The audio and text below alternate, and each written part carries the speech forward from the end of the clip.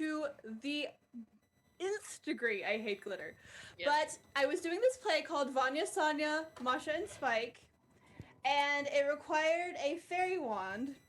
And so I had to make a fairy wand, and one of the things that I needed to use for my fairy wand, of course, was glitter and ribbons and stuff to make it as, like, you know, as much as possible. As much as, like, a 3-year-old girl would love to have, like, to that level.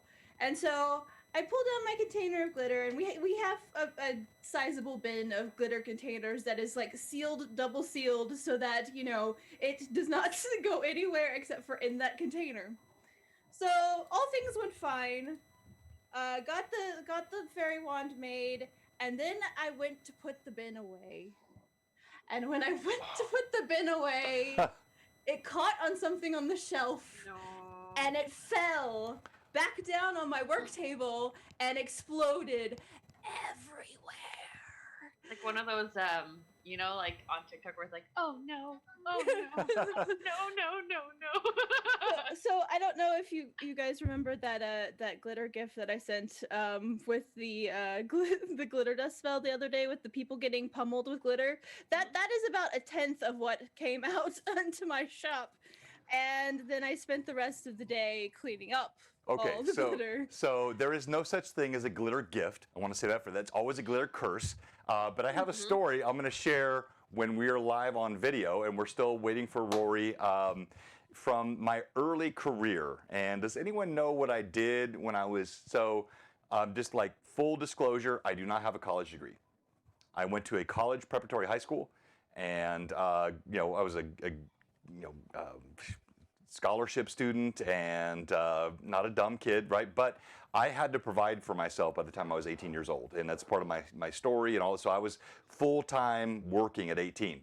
My first career, any of you know? Stripper. Wasn't it selling? No, No, not stripper.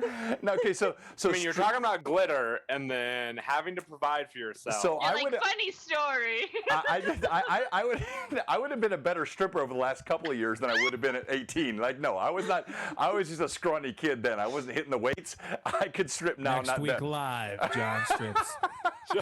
Tomorrow every on crate, BlueBoxRPG. we're playing. I was gonna say, strip Vivi, we D&D. got him to dance at one time, so step 1, check.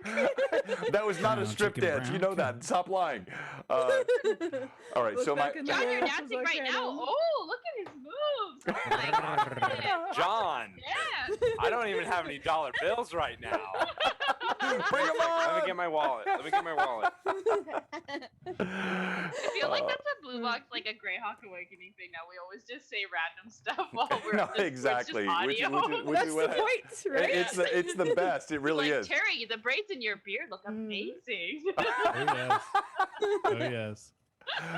All right, hey, good to see Johnny, Keith, Icky, all of you on with us. Thank you so much for being with us early. We're still waiting for Rory. He always comes in hot from work. Hopefully he's not wrecked somewhere on the side of the freeway with a bunch of ice. Oh gosh. He's we want him to get here safely. But we're just talking about random stuff right now. And yes, so my first job. So your job, yeah. All right. So, way to kill the movie. I'm sure he's fine. Oh my gosh, I hope he's fine. I shouldn't have said that. Like, now I'm really scared. Really bad. I know. Everything. Oh my gosh. All right. So somebody text Rory. Message him, please. Glitter quality assured. I just think he's scared of me right now. He should be, because I'm so upset with him about the glitter, but hopefully he's fine and he'll be here shortly. My first job out of high school, I worked for Xerox. Oh. Now, Xerox, at that time, it was all analog copiers. So you didn't have digital. Digital came on within my first 2 to 3 years. 5046, you guys don't know what I'm talking about now, but the 5046 was the first semi-digital machine we had. I was working on 5050s and 5052s. This would have been circa 1990, 1991. I was fresh out of high school. And at that time, when you cleaned out, you went to, I was serving machines in Pasadena, California, downtown, sort of LA, Pasadena, great area. and Countrywide Funding was my main account. Again, I was this 19-year-old kid. By the way, I had a ponytail down to the middle of my back. So I would walk in. I've got pictures. I can show them. Yep, I've got them. You weren't born yet, I know. Yes, I'm an LA boy. I'm a lot of places boy. Oh, there's Gim. All right. Yeah, he is. Let me bring him in. And well, I'll finish this story when we're live. Video. Wow. Too white right now. Yes. But don't worry, we expect that from you. Yeah.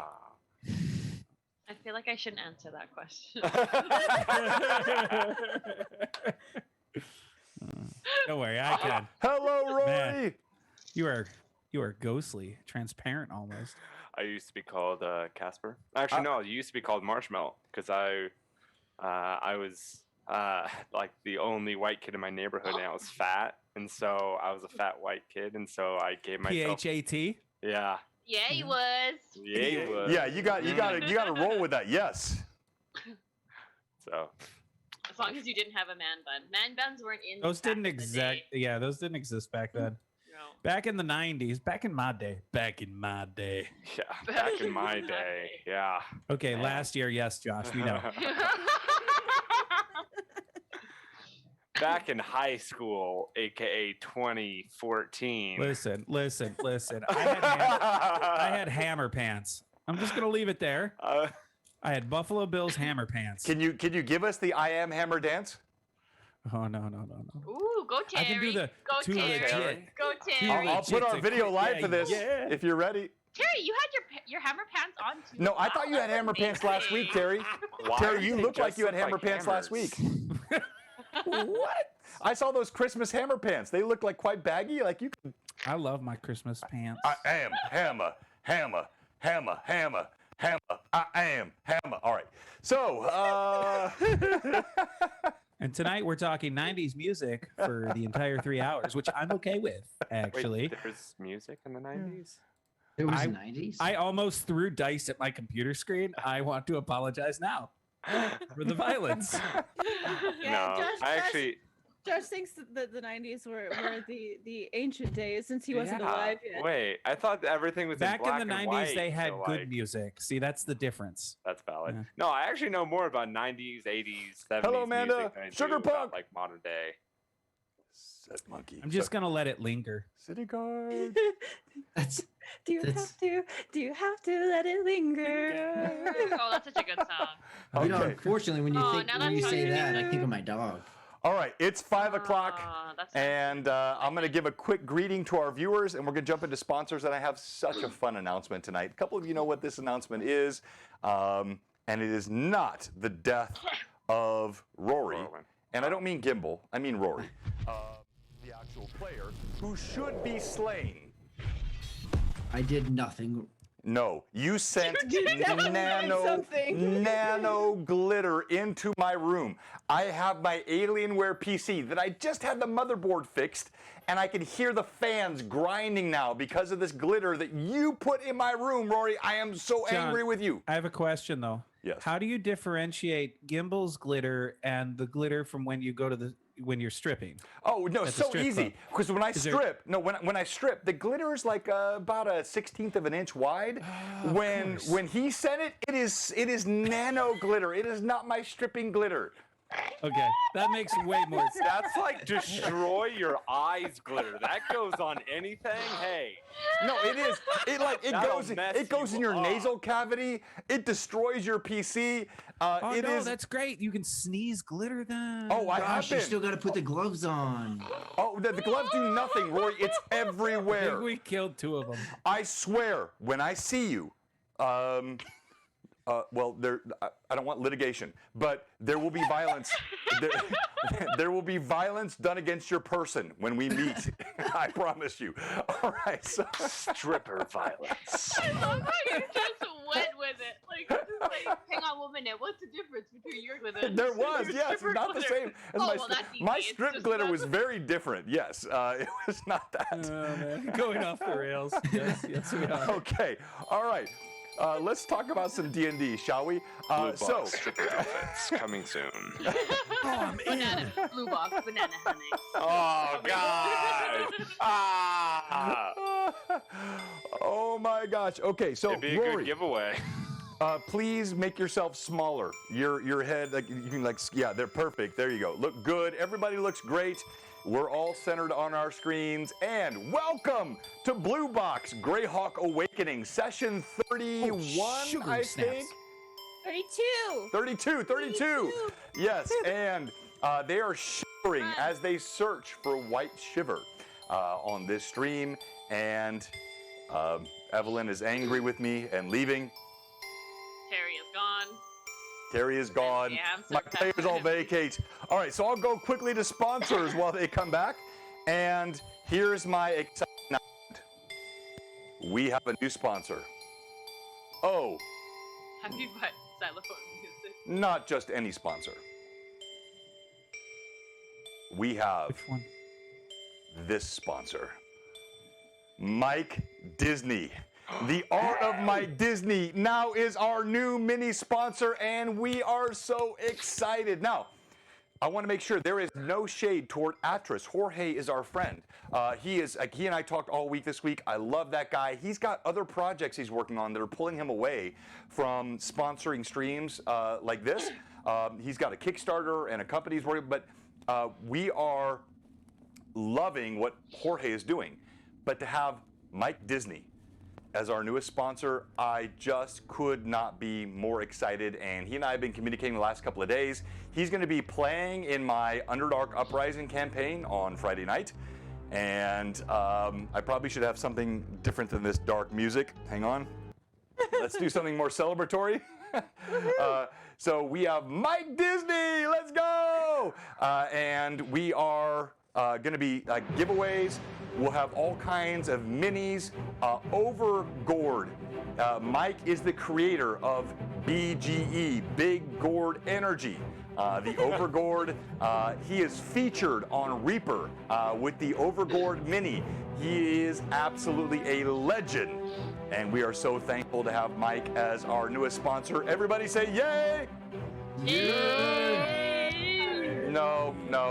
Let's try again. All right, like you mean it. Everybody say yay! There we go! Yeah. All right, so thank you so much, Mike, for being our newest sponsor. And then we're going to go to some of our other sponsors. Of course, as always, we have Dragon Crafting Guild.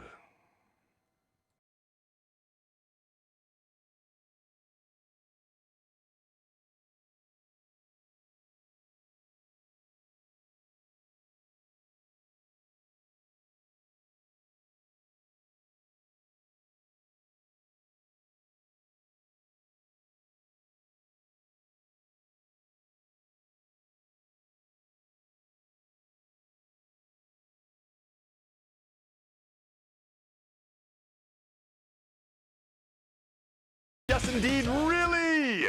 No, not way. Way Not as old as John. Jeez. Pretty close, actually, I think. All right, and then Cozy Gamer Dice. We have special D20s with the Blue Box logo coming as giveaways from Cozy Gamer. Thank you, everybody, for being with us. I see the chat blowing up. You guys are the best. This is headbanging music.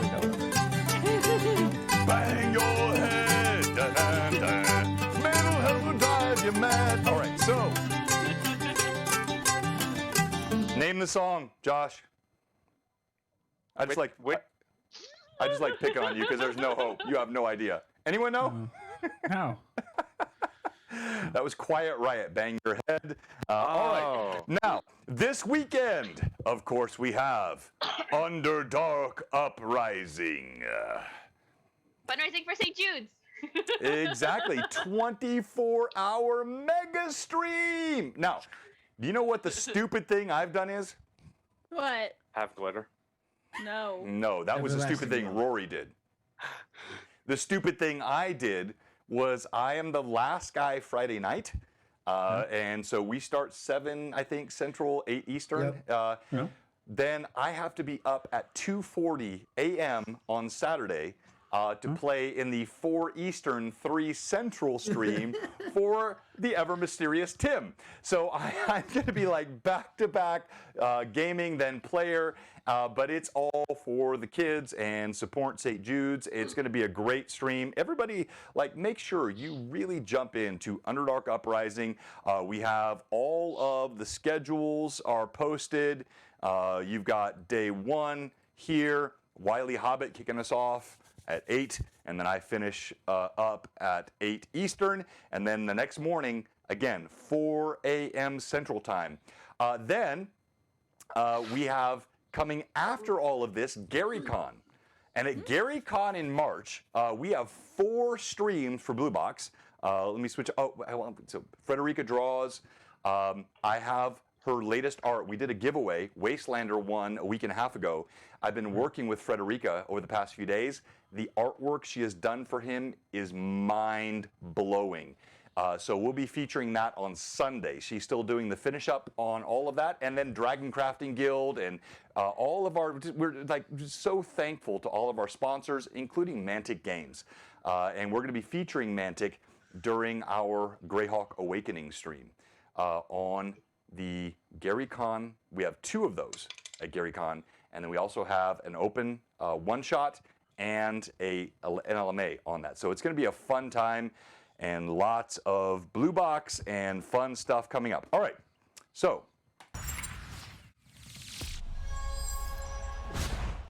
back live. They can see you now. Stop making faces at me.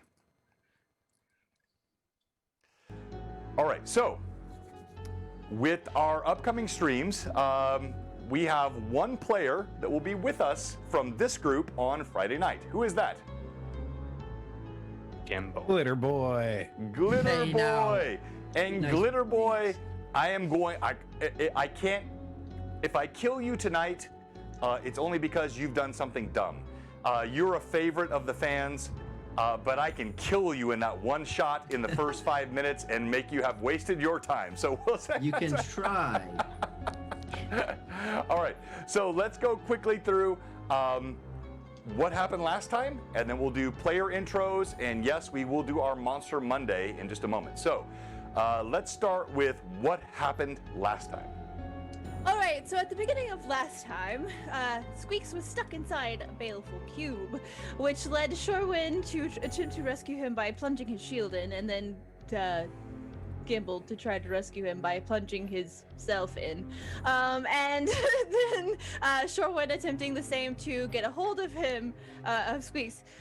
Millie tried to anchor Gimble, Lilith then tried to anchor Millie, and Brim was just kind of wondering what was going on. Eventually, however, Shorewin did manage to get a hold of Squeaks, pulled him out of the cube, and then Gimble, as he was pulling his hands free from the cube with the assistance of his friends, put some ice blasts right into that cube and made it feel real unhappy. And then, unfortunately, then Squeaks was not breathing. He had a thready pulse, and Lilith, being the druid of the group, immediately set to work to try to help save Squeaks from death.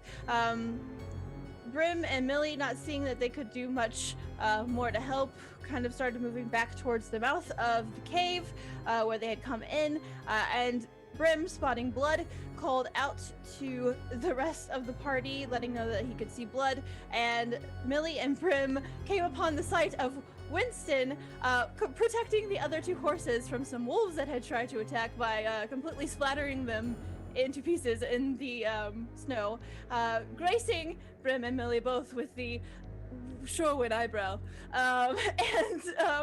Then we went back to the other 3 while they continued to try to save Squeaks. Lilith ended up giving Squeaks mouth to mouth and managed to suck all of the gelatinous substance out of his lungs, but was unable to really help him.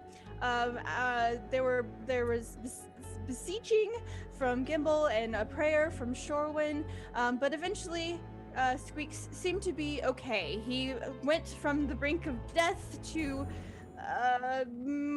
alive mostly.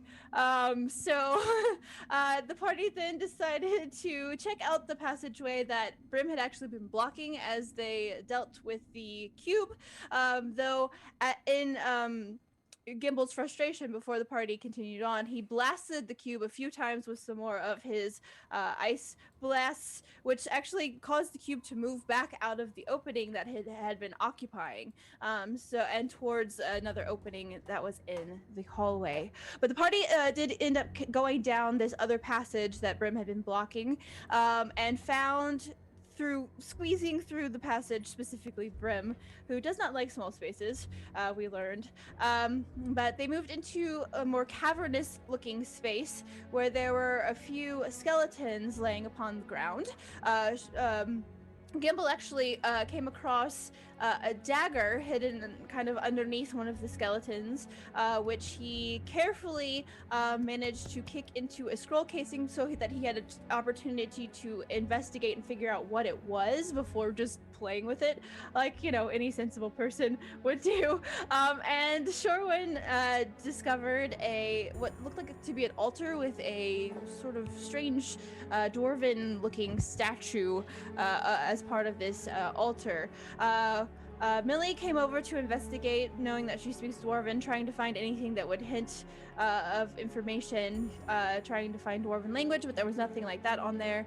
And it ended up being that Lilith touched it, which brought out a spirit, a Dwarven man by the name of Gravis, who let everyone in the party know that the spirit that Millie, Shorwin, and Gimble had all seen within the gelatinous cube was actually that of his brother, Balaam, who was an evil dwarf that had been consumed and had become part of this baleful cube. And Gravis basically told Gimble, because everybody had kind of wandered out of the room at this point, but he offered aid and said that basically his brother was what was occupying that cube, and that we could either try to free him or kill him. It did not matter one way or the other to Gravis, but that we needed to just deal with that so that he could also be freed, because the other dwarves had left the mines because of some evil that had befallen, and he was the one that kind of remained behind to try to keep everything under control. So after that conversation happened, the spirit then asked Gimble to hold his hands out. He touched Gimble's hands, and there was a bit of a strange energy that went between them.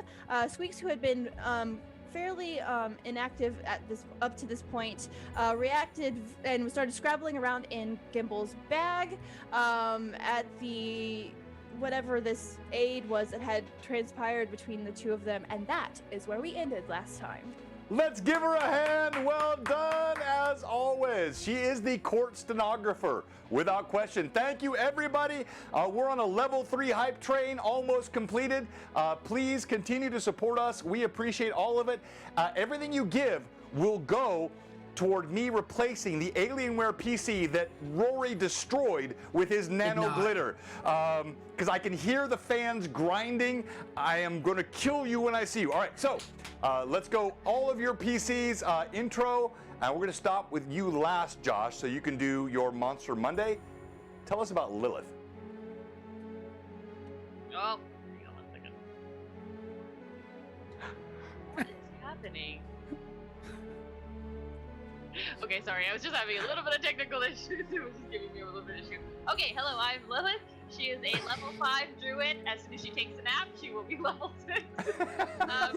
She's currently at odds with her druidness, her druid essence, failing to do what she could for Squeaks, just kind of revisiting Daru and the flower and stuff like that. However, she's very much so like an angsty teenager right now, so not so much fun, but just very angsty. Well done, and always a fan favorite. Terry, tell us about Shorwin. Well, of course, Shorwin, Tessel of Corwood. A cavalier of the 6th level with his trusty steed, Winston, a human, of course, and currently is attempting to help in any way to get Asherin healthy once again. Gibble. Yeah. So I'm a gnome illusionist of the wizarding type and level 6, and have had various odd encounters for the past few weeks, from death to almost death to now a ghost that I'm not too sure at the moment what happened. And yeah, hanging out with Squeaks, squealing around in my satchel. Okay, all right, yeah, and Squeaks is a bit uncomfortable right now, given the engagement you have just had with this strange spiritual entity. All right, let's go to Evelyn. All right, hello dears, I'm Mary Millie Von Toth. I am a level 6 half-elven swashbuckler. I like booze, gold, and other shiny things, along with my best friend Lilith. And I've actually remembered to look for Whiteshiver last time, and I'm hoping that I noticed that Lilith was having a rough time last time, so I'm hoping that she'll be okay. All right, well done. And last but never least, Brim, and then Monster Monday afterwards. All right, my name's Brim, level 6 fighter, half ogre, 7.5 feet tall, still growing, and I really just want to fight something tonight. I want to slash up an old ghosty boy in a jelly cube. All right. And there you are. All right, Monster Monday. For those that are watching, this is where I will say a riddly rhyme about a certain creature from the 5th edition Monster Manual. So start thinking of what creatures I'm talking about, or creature. Okay, so real quick, I'm going to do a special giveaway. Whoever gets this first, you're going to get a Blue Box mouse pad. I've never done this before, so you are the first one to guess the monster, and if you've already seen it on Instagram and you pop it in before he's done, you don't count. You got to watch what he says, and you'll get a mouse pad. Go ahead. What was the accent I did? Oh, right. Yo, A-E-I-O-U, part of the D-Money crew. I'm gonna bet I'm faster than you. Wings and a beak, I'm on a hot streak. Resistance is too many, just try and come get me. When I feel like a 6, these spores start spreading. Pain is all that you're getting. Backed into a corner, I've got an ace. It's my voice, my golden goose that can stop you in place. You thought my beak was bad, well my claws are worse. Come into the abyss and you'll be leaving in a hearse. What creature am I? Okay. Hey! Mikey B was the first guess. Harpy. No. Not right. Quickling. Myomorph. No. Vrock. Yes! Vrock! Kristen Cock, and I just talked to her on my Discord. You have won. I'm not sure I have your stuff. So make sure you message me on Discord. I just messaged you tonight on another topic. So give me all your addressing, and we will get you out a mouse pad. And as always, Josh, well done, sir. All right, it is time to play some D&D. Yeah. You are in the cavern. You are seeking the Whiteshiver. As said in the amazing What Happened Last Time by Evelyn, you are having just entered this area of the cavern where there was an altar. And when it was touched, the specter arose. And I'm going to put this up on the screen, and we're going to resume right where Rory was. Thank you so much. We're at 65% of a level 4. Let's go! Rory, why don't you tell us what you were thinking as we ended the last session? Because you had the hands of this specter. You felt the chill permeating your body. You felt Squeak squirming within your pouch. We're going to let you start us off with like what you're thinking and feeling before I then describe what happens next. Okay. Yeah, so I'm definitely you know, linking logically what happened. So before coming into this chamber, firing off some cold spells at the cube, and it pushed it back, and then coming in here and Lilith like activated it, right? Got the Spectre to show, and the Spectre said, "Hey, do you want aid?" And everyone left. And he did recognize me as a gnome, and so Fellow of the Rock. So I stayed, and then upon seeing that Lilith didn't take the opportunity, Gimbal then kind of reached and thought about his, again, he died, he's had encounters with spirits after being resurrected, and now again here's another, so whatever it might be, and then feeling the cold come in, wondering if that's the aid or what exactly is going on is a bit ambiguous to Gimbal at the moment. As well it should be. And yay, we hit that. Good job. Thank you, everybody. Level 3 complete. And let me pull up Lilith here because I'm messing with She's resetting her computer. Oh, is that what happened? Yeah, it froze for her, and then I didn't even see that. Okay, crud. I shouldn't have done any of what I just did. All right, let's wait. She's rebooting right now. The party turns on Lilith. So we'll have to remind her that another 500. No, this is just so like I'm always assuming it's my fault because when I went to this view, I thought, oh no, I did something wrong. So we just assumed you killed her off. Yeah. Yeah. All right, so let's go to. Do I have my emergency?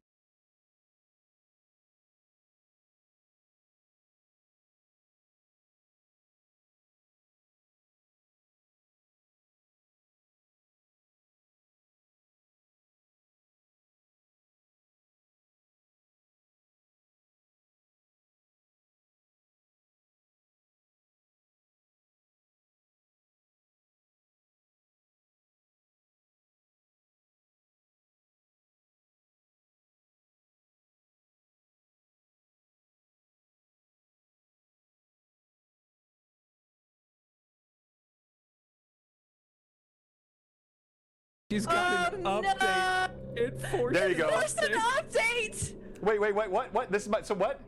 Microsoft computer- forced an update on her Yeah. computer, which is why it crashed. No. All right, so guys, we're waiting for Lilith. She had a forced Microsoft update. This is part of remote streaming, but thank you. And I got 5 advantages, you said?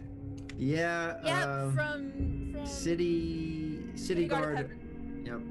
Thank you, Hebron. Always a great viewer, and just a little awkward tonight because everybody has to have their stuff working, and I'm still thinking mine will work for a few days before Rory's sabotage will destroy my machine. But we are sabotage. But hopefully Lilith will be back on momentarily. I'm gonna warm up my coffee, and you can all talk about dinosaurs, vampires, and all the stuff you want while I do this. Okay. Well, then I want to show off the new miniature I got. Ooh, oh, that's a good Yeah, it's technically It's a not statue a at this miniature. Point. Yeah, shut up. Yeah, definitely. If also, things are bigger than me, that's not a miniature. I'm super excited for when John has to have the specialist come back out, and they're just like, "What happened?" And they just take it apart, and there's just glitter everywhere. Everywhere. You know, if the glitter actually messes up the computer, I will actually feel bad about that. Glitter throughout the house, I think that's hilarious. Not the computer though. That is awesome. Oh, it's a white dragon. Nice. Yeah, it's an adult white dragon. It is. Let me try and back this up. I can't see. Oh, I thought it just wasn't painted. Back that dragon up, all you fine mother. Yeah, back it up. Yeah. Yeah, I love it. It is so pretty. Look at that tail. Yeah, it is. Look at that nice tail. Gosh, it is so gorgeous. And me being the dummy that I am, so everyone that doesn't know, I finally got a credit card, and I've been stressing about what I want my first ever purchase with a credit card to be. And I saw that WizKids is finally in the same style that they've been doing these. They're making the red dragon in March and then the blue dragon in April, and blue dragons are my favorite. And so I was like, yes, I'm gonna just pre-order that, but it was also like $100 in total for both the red and blue dragon. I was like, I want to wait on that. Well, I waited too long, and now they're both out of stock. Yeah, they'll come back. Someday. Yeah. They'll come back. That's all I got. I'm done. Hey, Vivi's at 55%. Hey, Yeah. unfortunately, Vivi's unable to hear this. Oh, So shit, 94%. 94%. But didn't I hear it.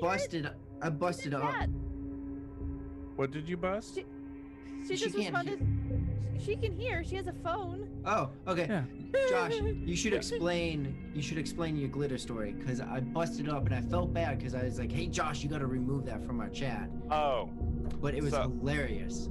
so when Gimbal said last week, I can't remember if it was on stream or not, but he had some gloves that he was sending me that he's like, they just fit your aesthetic. And I'm like, crap, what is my aesthetic? Sad, lonely individual that has somewhat fashion sense. And I was like, great, can't wait to see these. The middle finger is going to be removed. But I should have removed the pinky. that would have been hilarious. Oh, that would have been hilarious. But I get them in the mail and I open up the package and there's no glitter. And so I'm like, oh, okay, well, I thought that he was just going to mess with me with glitter and all that. But Did whatever. you like the gloves? Did you like the gloves? I do like the gloves. I do really like the gloves. But then I heard Lilith's voice, or Vivi's voice, saying, check inside the gloves, Josh. Check inside the gloves. And so right as I'm about to put them on, I'm like, and I open up and there is just, from wrist to fingertip, is just full of glitter. It's ridiculous. I don't know what to do with them now because I can't wash them. I just gotta give them Yeah, to you Odin. can. Yeah. You can wash them. Why can't you wash Take them? them Because outside, I'm dump them out, and then wash them. I'm terrified that the machine is going to become glittery. Just dump them into the floorboards of your car. So when people come in, they put their feet on them, then they take it with them every time they go, That's and they have a little piece of you. I'm tempted to do that. Well, that's why I just His want my car's already. ashes. I was gonna That's say, what my. your car's already full of glitter from your night job. It's fine. Hey, you guys weren't supposed to know about that one. But no, that's why I want like my ashes baked into random stuff. So And I then just, eaten? Yeah. So I want my like All right. ashes, to be in just random. Either that or I want to be made into a tree. But I'm kind of down for the ashes part. Ooh, now I want to be turned into a brownie. All right. Ooh, you So make a good I brownie. sorry to interrupt, but I want to, because I'm going to show this here in a second.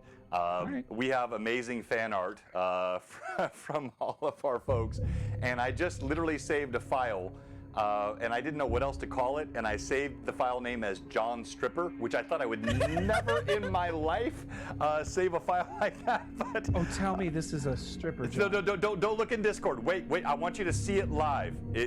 Please don't look in Discord. I want you to Not see looking it in Discord. when I put it up.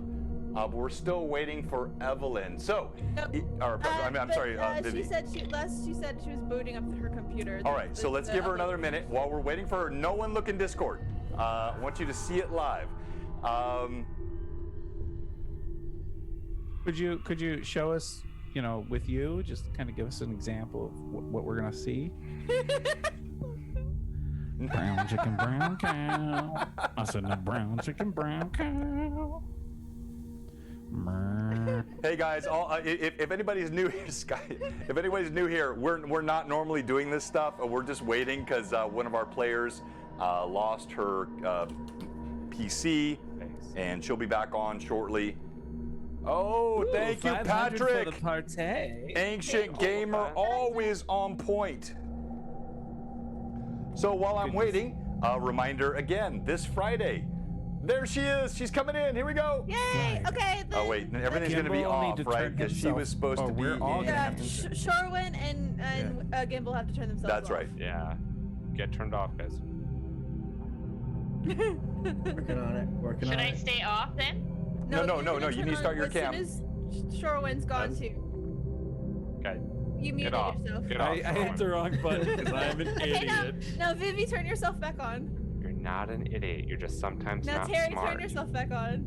There we go. Rory, And turn then yourself lastly, back on. Rory. Yay! And we're all turned we on are now. back. We're all No, turned on. not quite back. Chicken brown cow. All right, so there's still some switching that needs to happen here. What? Why did it do the thing? Oh yay! I get to pee. No, because I got. Gimbal. Hold on, I gotta move over. All right, so Oh, that means I'm gonna everybody die. kill your cams.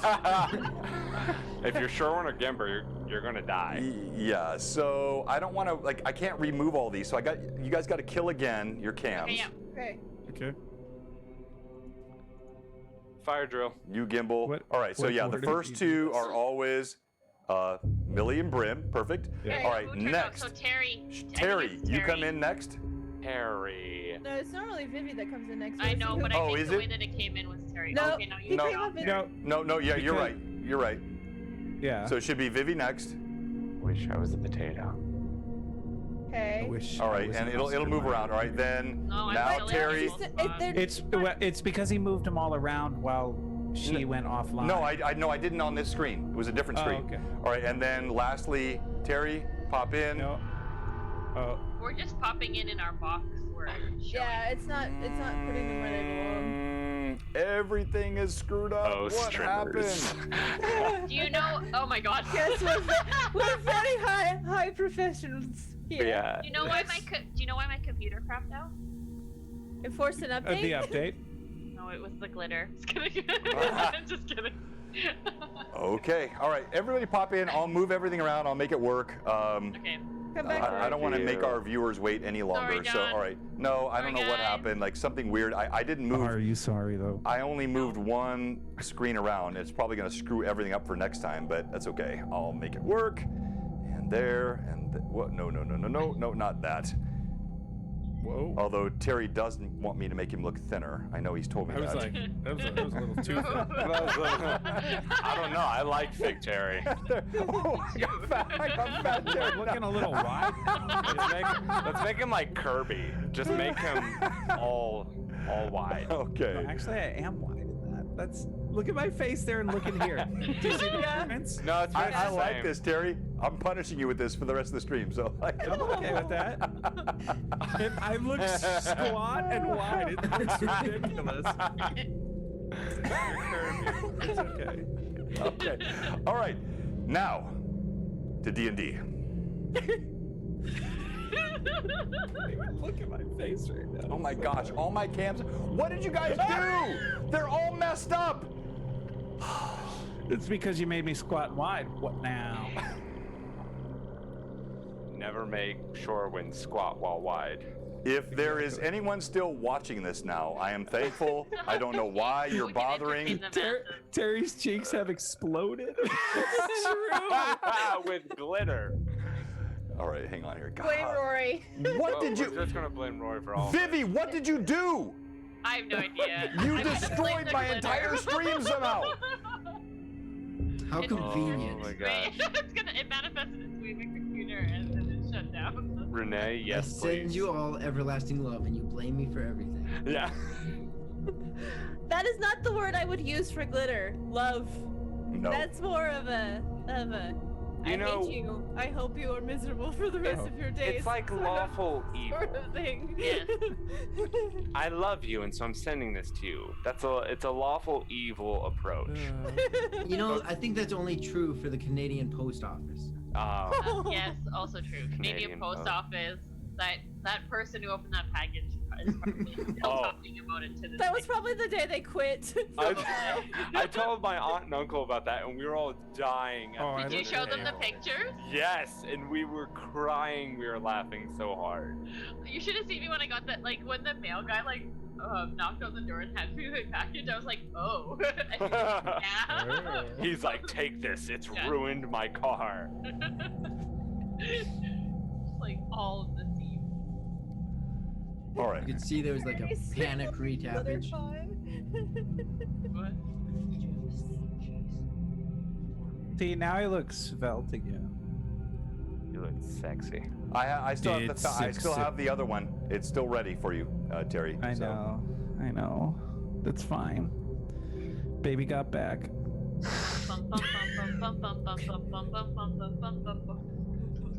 My anaconda don't want none unless you no. got buns, huh? No. Stop doing those sit-ups.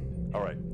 I'm so Why not did you ready. here at Blue Box? I'm so not ready. Everything's gonna mess up. I'm sure other screens will have to be fixed, but I'm just do gonna it. start. This- And We got everybody, forgive me if I have to fix screens in mid stream It's fine. because Vivi messed everything up. So now I'm mad at two of my players. They both may die tonight. Here we go. R.I.P. Are you ready for the view?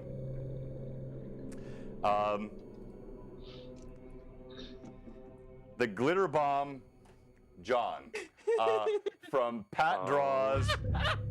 Yes. My That should be the new logo. God, I want that on Stop! a. No, just stop! want it on a Just stop! sweatshirt. Just stop! Okay, who? No, I want that who on a drew banana that? hammock. Pat That's Pat Draws. Pat draws. Pat Draws I'm always gonna does the message you in a instantaneous. bit because I'd like to incorporate that into a poster that I'd like to send to John. So I will message you after the stream tonight because I think that's brilliant.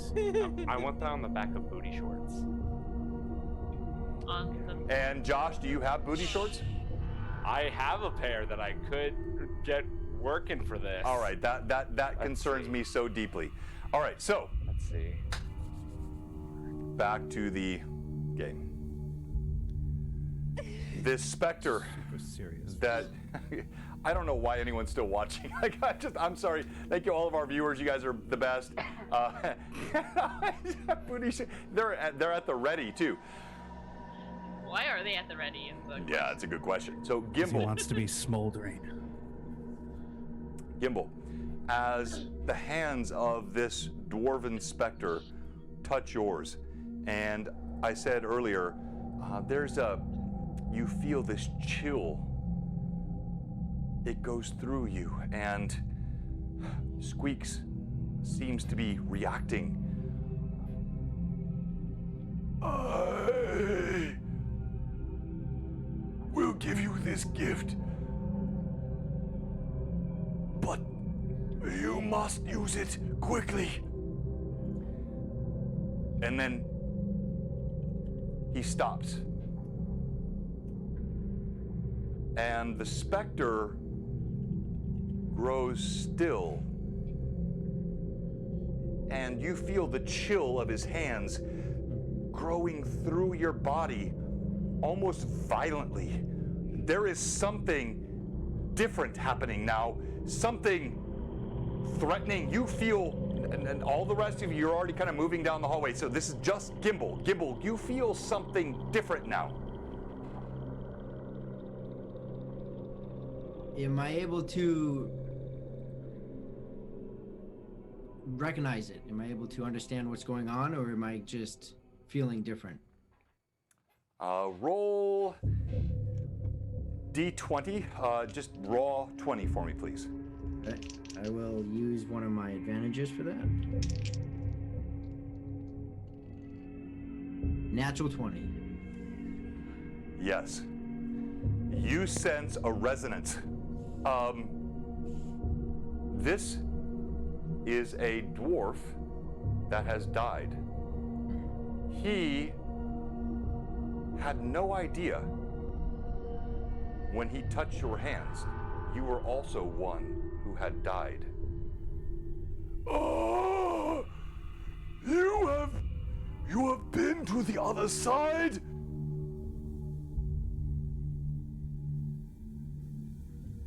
Yes. Yes. How are you still here then? How is this possible?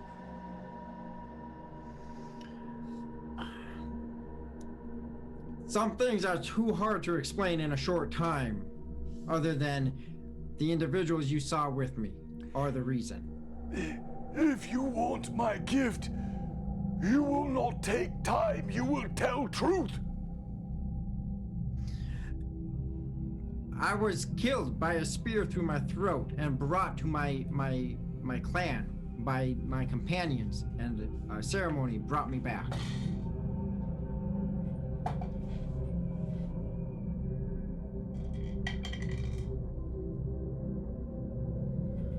A ceremony? What ceremony brings one back from the dead? Could this be done for me? Do I know if the lengths of time that is?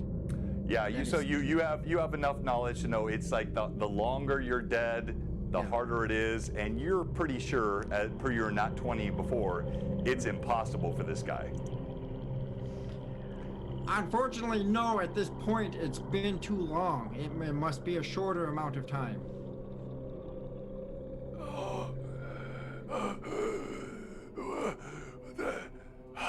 I am glad to have met one that have been to the other side. I will give you this aid. The creature in your pocket. I feel its resonance also. I give it a gift. And you see one hand releases from yours. He places something. You feel a chill, like right in the center of your palm, like deep cold, almost freezing to the bone, where your hand cripples. The other hand pulls away, and as he waves it, there is a sound.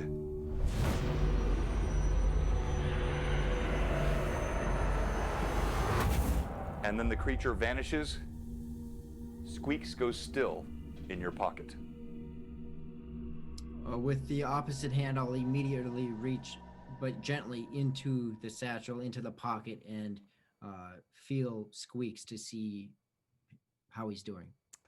So you reach in, and you feel Squeaks is alive. Yes, you feel him. In fact, strength, like he is hale.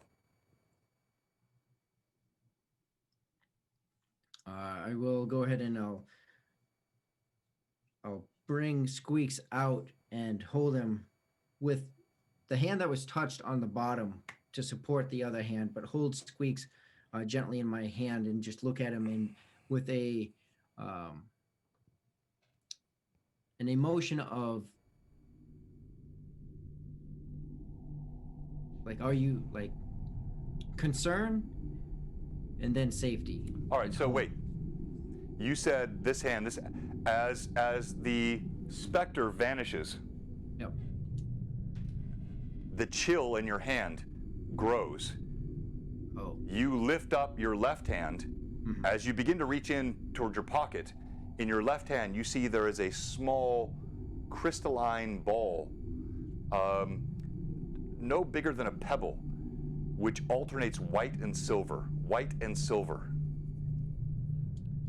And the longer you hold it, the more chill it grows in your hand.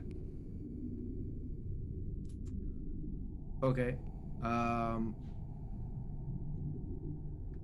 So I guess I will take that, and Squeaks is in the satchel, so I'll put it into my pocket, one of my waist pockets. Okay. Yeah, in the coat, one of the pockets. All right, you drop it in there. You see Squeak's head pop up. As his head pops up, he looks good. His eyes clear. As I said, hail, and there's a white streak now that goes from the disc in the top of his head, white down his back. Not like a skunk, but just like the sort of halfway, midway through the shoulders, a white streak.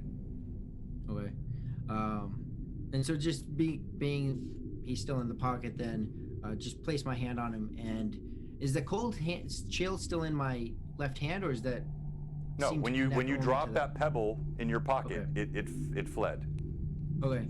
So just with a moment of concern, just it's a few seconds to ensure that Squeaks is on the same page as me. Just safety, comfort kind of thoughts towards Squeaks. All right, so all of you, the rest of you, you see this, you hear this. Brim, you were sort of leaving, you were walking out toward the hallway. Others were standing, so I've got Shorewin is here, and I've got Millie here. She was right by the entrance to the cave. Lilith is here. This is Gimbal. And we have Brim, who is walking back out to the central part where you guys had entered. I'll let any of the rest of you respond now. I had actually, as soon as the Brim had left, I had followed him. Okay. Same. Okay. So Gimble's just getting touched by a dude in the other room. Great. Gosh. I don't know if Millie's there or not. Are you Yeah, following us? Millie's the only one that said she didn't leave, so I still Okay. have her here. No, I follow. I said I went with them. All right, so Gimbal I is followed by behind Lilith. himself. Oh. Sorry, I missed that. All right, so Gimbal, you're by yourself. So how is Squeaks? Is he reacting just fine? As is he seem scared? No, he seems fine. Like I said, he popped out of your pouch. He looks hale and healthy. He now has a white streak that goes about midway down his back, but no other reaction from him. Like, kind of taps you with his paws. Okay. So just thinking about the moment, seeing the group is gone, he is going to embrace I will embrace the moment and set the satchel down with Squeak's pocket up top, so he's obviously not under the satchel. Set him down, and my coat, again from Hannah, is a deep green on the outside, and you see the collar is trimmed and the edging is trimmed. The wrists are trimmed in black. I'll take a deep breath in and grab the coat, grab the collar of the coat, and just with a big exhale out, roll my wrists and my arms and snap out as the coat flips inside out. And I'll flip it around and put it on, as now the outside of the coat is midnight black, and the inside, or the trimming of it, is now that deep green, as I've reversed the coat. Okay, very nice. All right, so you do this, Gimbal, and you see all this. No one else can see it because no one is here with you. Squeaks, he watches this. He gives you a gentle tap with a paw, and then he crawls back down inside the pouch. And I'll place the satchel back on, and just a note: the pockets that are on the lower part of the coat were specially made by Hannah to be able to. Every pocket is the same on the inside as the outside, but the bottom pockets are not stitched at the bottom, so I can reach through to the items transfer sides. Ah, okay, yeah. So, and that's in our Discord, by the way. Yep. So everyone's on Discord, you should be. All right, so and then Gimbal. I'll walk back out towards them. All right. So there's a bit of a pause. You hear some strange sounds. You hear Gimbal utter some words, and the rest of you standing in the hallway, Gimbal comes walking out towards you.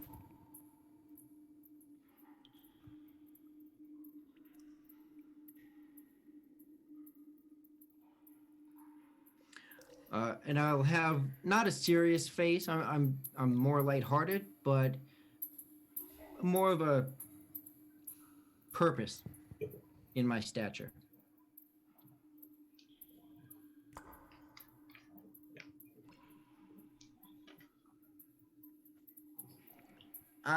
You guys see anything up there? Oh, what happened back there? Oh, he just wanted to talk a little bit. He gave me an item that might be useful. It sounds like we really don't have very much time, so we should probably get going. And Squeaks has a white stripe down his back now too. And you see Gimbal, and last time you saw him, he had this green coat on, and now it's black. It's just a midnight black with green trim. Lilith will kind of turn around and try to take a look at Squeaks. Are you holding him out, or is he in your pocket? He would be in the side pocket of the satchel, on the outside. She'll kind of just walk towards you and just, can I see Squeaks? Oh, yeah. Mm-hmm. And I'll reach down and open up the flap and bring Squeaks out. Here, see? Can I make a knowledge nature? Yeah, knowledge nature is what it's. So make a knowledge nature check. You see him pull out. Squeaks looks very healthy. He kind of turns around. You still see that silver goldish disc on the top of his head, and Okay. Ooh, let's go. At 20. Lilith, you sense he has been altered. Not in an evil way, but there is now something not natural. So you did a nature check. There is something now not natural, even beyond what he was already unnatural about. There is something now different about Squeaks. But he, in general, health-wise, is generally all Yes, okay no right now. health concerns. Yeah, he's healthy. Okay. And she won't say anything to Gamble. She just wants to look at Squeaks, and when she kind of gets that confirmation, she'll kind of just nod her head. And then about to turn away and then stop and then turn and look back at his coat and kind of be confused that it's a different color. And she's like, did you get a new coat? Oh no, I had this made from Hannah, and he opens up the coat, and you see that the green color that you're used to seeing is now on the inside. You see some pockets on the inside. He goes, oh, wait, check this out. I'll check this out. But we gotta hurry, but we gotta have fun too. And he'll take his hands, he'll spin his hands, and you'll see some of those blue sparks, kind of a glow, start to emanate around his 9 fingers. And he'll say some words and raise his hands in front of his eyes. And as the hand uncovers the eye, you see it go from an emerald green to a bright but deep navy blue as he casts prestidigitation.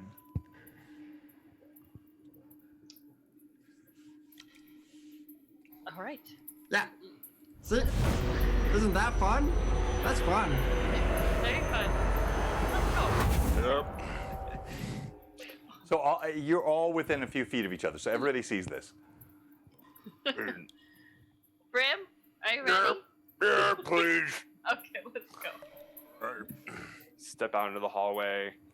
All right, Brim, you step out into the hallway. Oh, man, you should not have done that. No, I'm just kidding. All right, so as you step out into the hallway, Brim, you see the cube, which still undulates at the end of the hall. It's like it's struggling. Even though it's gelatinous, the narrowing of this hallway has created a restrictive area, and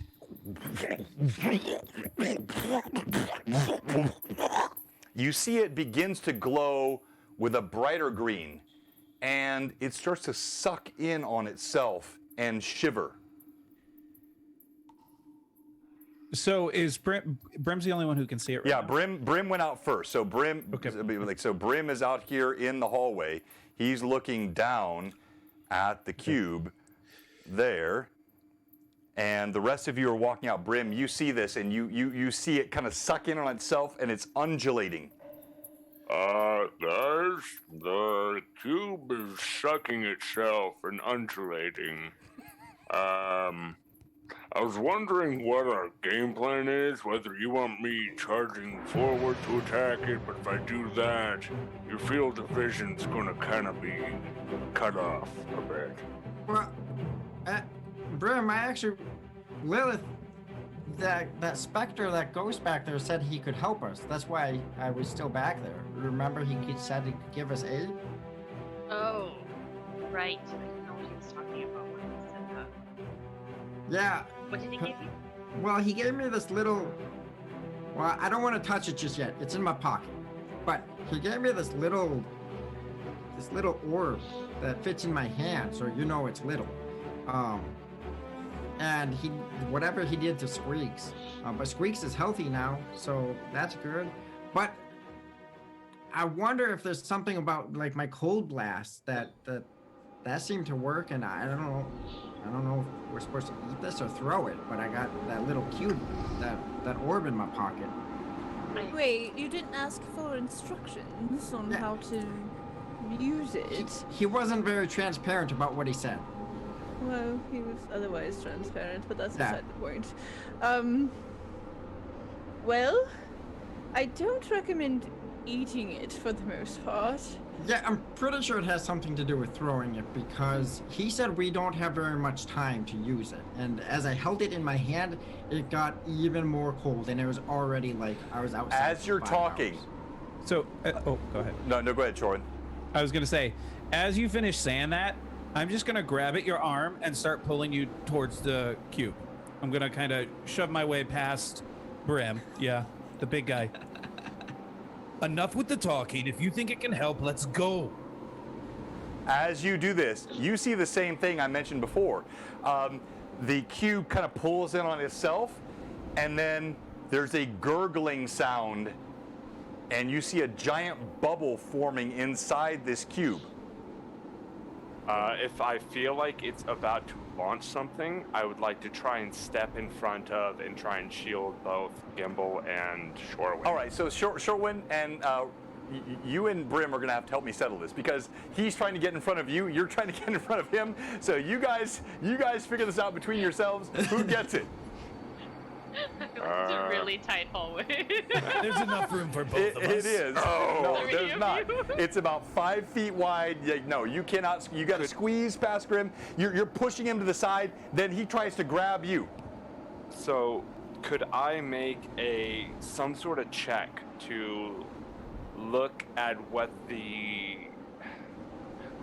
cube is doing? No, okay, so What? look, not necessary. It's threatening. Whatever it is, it's threatening. So you see it, Shorewind sees it, you're both jostling past each other. Are either one of you going to allow the other one to take the blow, or are you both going to jostle for the position? I'm going for it. All right, Shorewind? I have a shield, sir. Okay, so, all right, so both of you roll D20, add your, let's do your reflex save bonus. So it's quickness Can here. I You're use trying to. advantage? Yeah, you both can, yes. Okay, I'm using advantage. Lilith is going to step back and just look at Millie. Look at these three men trying to squeeze and fight their way through the Goliath cube. Being like, And you said reflex? Yeah, reflex. And Tim said it's a Three Stooges gag. so, literally, that's exactly what it is. 15. all right. Me first. 15. No, 17. I was like, And that's your total. That's your total with bonus, right? That's with negative. Yes. Okay, 17. yes, all right. So, Brim, you manage, despite your slow speed and your heavy girth, as Shorewind tries to brush past you with Gimbal, you place yourself in front of the path. As you do, you see a massive blob burst out of the creature. It looks acidic. There is no reflex save to you make. You're too wide, so you're taking the shot. Here is full damage, Brim. You take this as this blob of green spurts out of the cube. You have no place to turn. You have no armor upon you beyond just your regular sort of plate and scale, but your face is exposed, your hands exposed. It strikes you, and you take. I need more dice. Oh gosh. oh my A god. couple more dice. All right, here we go. Oh, that was a lot. That was a lot. It could have been worse. Brim, you get this blast of almost acidic ectoplasm that strikes you. It covers you. It seeps inside the crevices of your armor. You shield Shorewind and Gimbal as they're trying to rush past.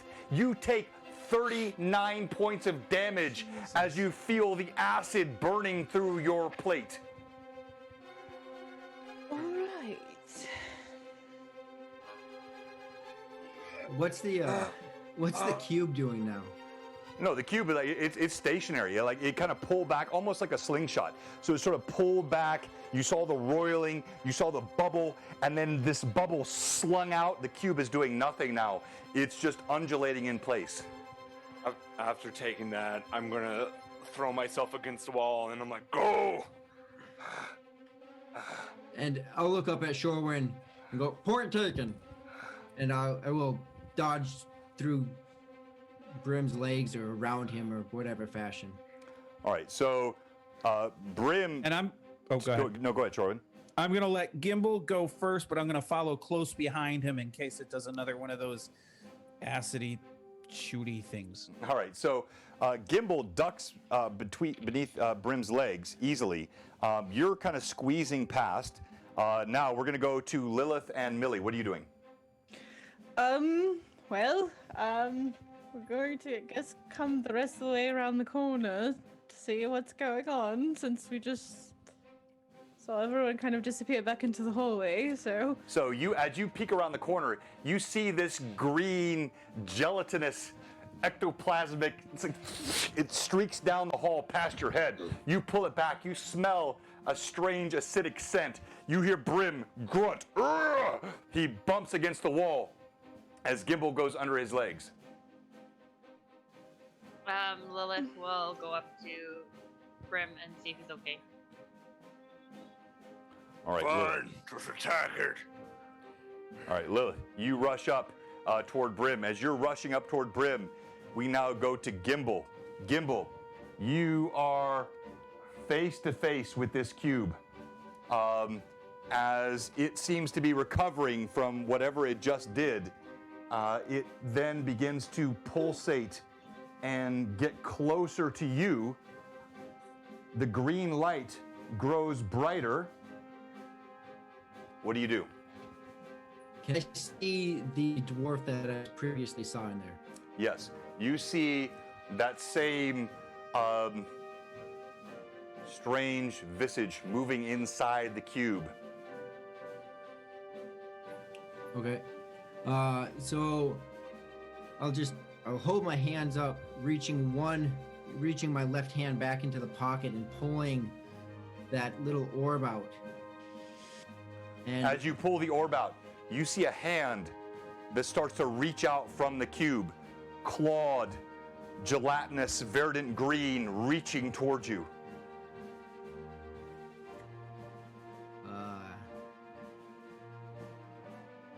Question.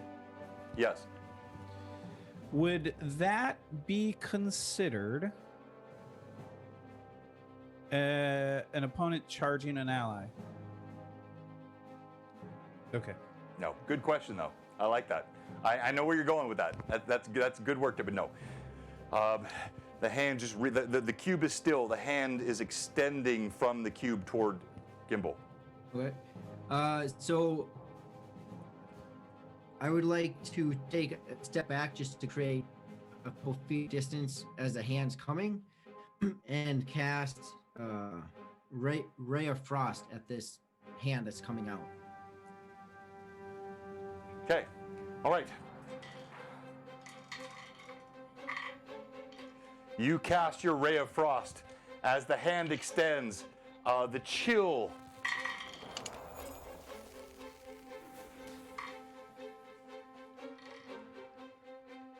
the hand hits the ray hits the hand. It continues to extend and it comes straight towards your face. All right, we're now going to go to Shorwin. You're seeing this, Shorwin.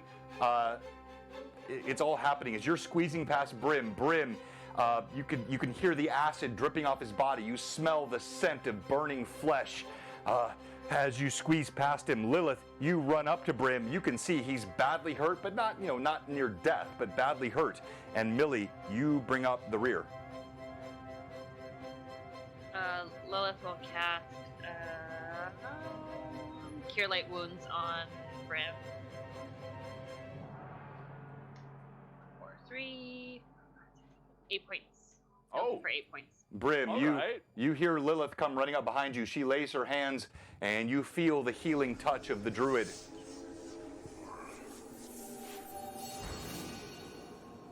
I try and make sure. I mean, I'm a pretty big dude, but just making sure. So she's coming up to my side because I'm leaning against the Right, wall. that's Is right, she yeah. Pretty much blocked by my body from this thing. Yeah, she's on the Okay. right side here, Cool. pretty much where I have her. She's on the right side. Shorwin is squeezing past your left side. Millie is behind all, and Gimbal is standing right in front of this cube. Awesome. She still has that cloth from that she had squeaks wrapped in before, and she tries to wipe off any of that kind of stuff off of Brim the best she can. Are you okay? I'm hurting. You helped. Okay. Thank you. You're welcome. Let's go. No, the armor does not fall off Brim, but it could. It may, so there is an acidic quality to this. So you can feel the leather, any parts of your cloak and armor that are cloth or leather based, you do feel something drawing at them, but nothing has fallen off yet. But thank you, Patrick. You're giving hints to the players. All right, let's go. Let's roll initiative. All right, and the initiative belongs to Shorewin because he had a 5 on his last. That is right. And the DM has a 4. 2. All right. Buggery boo. Gimbal. The hand takes your ray of frost. You see a bit of chill, which is, by the way, fun to do right now while we're all under an ice storm. A bit of chill, but you feel that thing in your pouch grows even colder. But Remember, the hand I have it in my hand. Oh, you put it in your hand, right? The hand hits you, and I want you to make a Fortitude save, DC 21. Using advantage.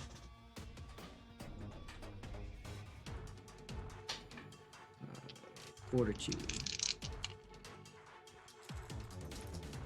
Ooh, that be my life. Yeah. 9. The hand grabs you.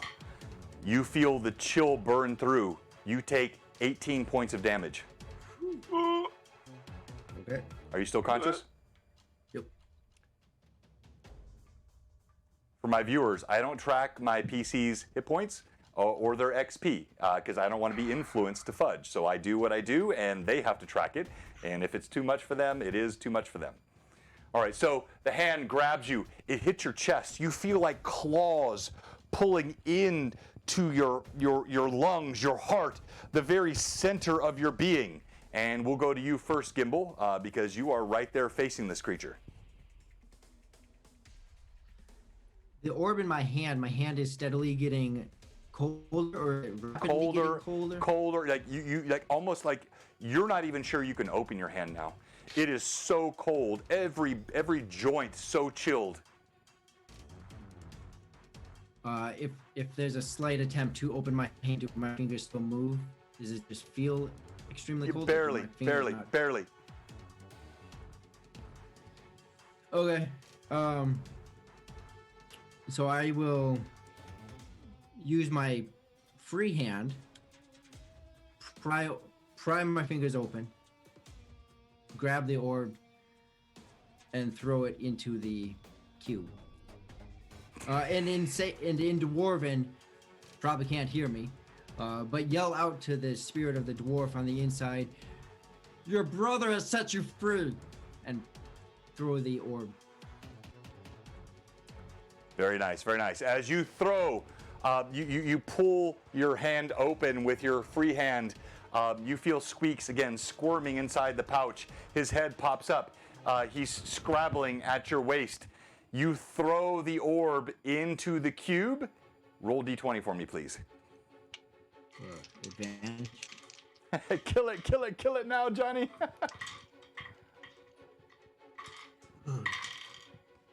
Am I adding anything like at 20? No, I need your nat 20 roll. Your regular 20 roll. Yeah. I got a 1 and a 6. Oh. A 6.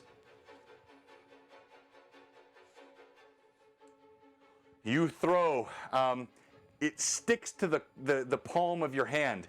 As you try to hurl it, it almost feels like it will not leave, but it barely drops.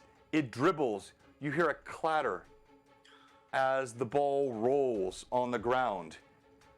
The hand continues to grip your chest. As the ball rolls, you see it move to the edge, and it touches the cube. as it touches the cube.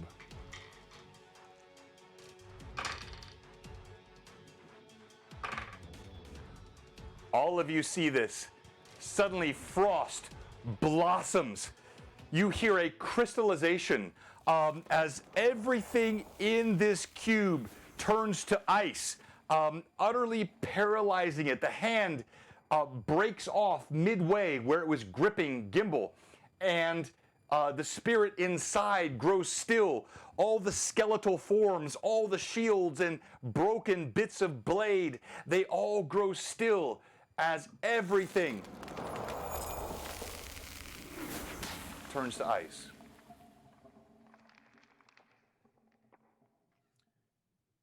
Gimbal will be. I'll be on the ground, just clasping my chest. Just show it. Oh, that doesn't feel good. So, we still in initiative or? No, I mean, Okay. no, it's still, it's not moving. It's frozen. Okay, good. I'm gonna run up to it, and with my sword, I'm gonna take the biggest darn swing I can at that puppy. All right. So I thought about this today, and I wanted to find a good shattering glass sound, but I didn't have time because I had all kinds of stuff going outside with. So I'm going to go to our resident voice actor, and I'm going to put Brim on the spot. Josh, you must give us the sound of a giant baleful cube, which is frozen by this strange metallic ball and then shattered by the blade of Shorewin. Okay. So, Shorewind's blade.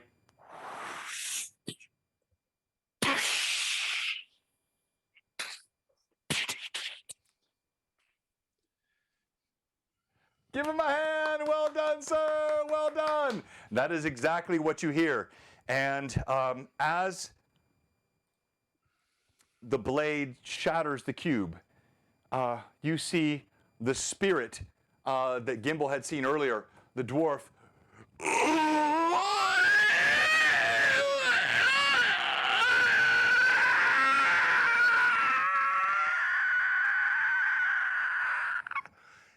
And it moves through the ceiling.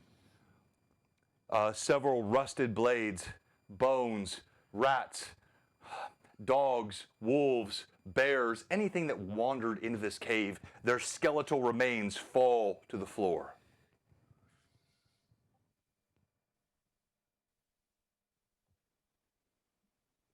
Well, it seemed that that specter did indeed help us out. Yeah, that was definitely really useful. That would be awesome to make again in a different way. Yes. Are you okay? Yeah, my chest hurts a little bit, but I mean overall I'm good. Are you good? Did anything get you? No, I'm fine. We should continue searching for the Whiteshiver, though. Brim, how are you doing? Gimbal help! Gimbal help! As Brim is trying to use whatever cloth he has his cleaning cloth, of course, on, and just to wipe this acidic stuff off of. If you could do that cleaning thing to get this off, that'd be great. We spent a lot of money on this armor. Also, they're wiping off as much as she can as well. All right, so everyone's wiping down Brim. Gimbal is breathing heavily. Shorewin, you're looking at the remains and the clattered elements, and Lilith, you have healed and wiped. And Millie, what are you doing? I'm just very confused about what just happened. Suddenly there was a cube and then there wasn't. All right, so while everyone's trying to help Brim at the moment, I would like to try to squeeze down the hallway a little bit and see if I can scout ahead a bit. Okay. As you do this, so you're going to move down the hallway a bit. And hang on here, I'm prepping another view which was broken by... Yes, you know who you are. I won't say the name again. Rory. No? I'm gonna go with Lilith. Wee. That's a good guess. Guess so. I Trying to keep you on your toes, John. Yeah, I know. Every week, like, this is what I get for trying to be fancy with my views and not just doing the simple stuff that Jay does and just have a whole big camera that lets everybody be seen. It's, woo! Sorry. All right, so, Millie, you scrape past. You hear squeaks. He makes slight skittering noises inside of Gimble's pouch. You hear the conversations happening, the heavy breathing of Brim. And as you move forward, I need you to make a perception check for me, please. All right, and I will roll that at advantage. Yeah, pour some water on me. Pour some. Water on me. That's a 17 on the die with a perception of plus 13, so that's a 30. 30. All right, so hang on here. He perceives. Okay. All right, so as oops, wrong one. Here we go. As you move down the hall, there's an eerie silence. You hear the drip of the substance of this cube, which was frozen and shattered, but bits of what it had thrown at Brim still fall from the ceiling. And you see there's a constriction in the hallway. As you get closer, it gets narrower and narrower. So clearly this cube was sort of trapped in this small area. And as you look around the corner, it's dark. There is no light, utter blackness. But with your perception check, you hear something. You hear a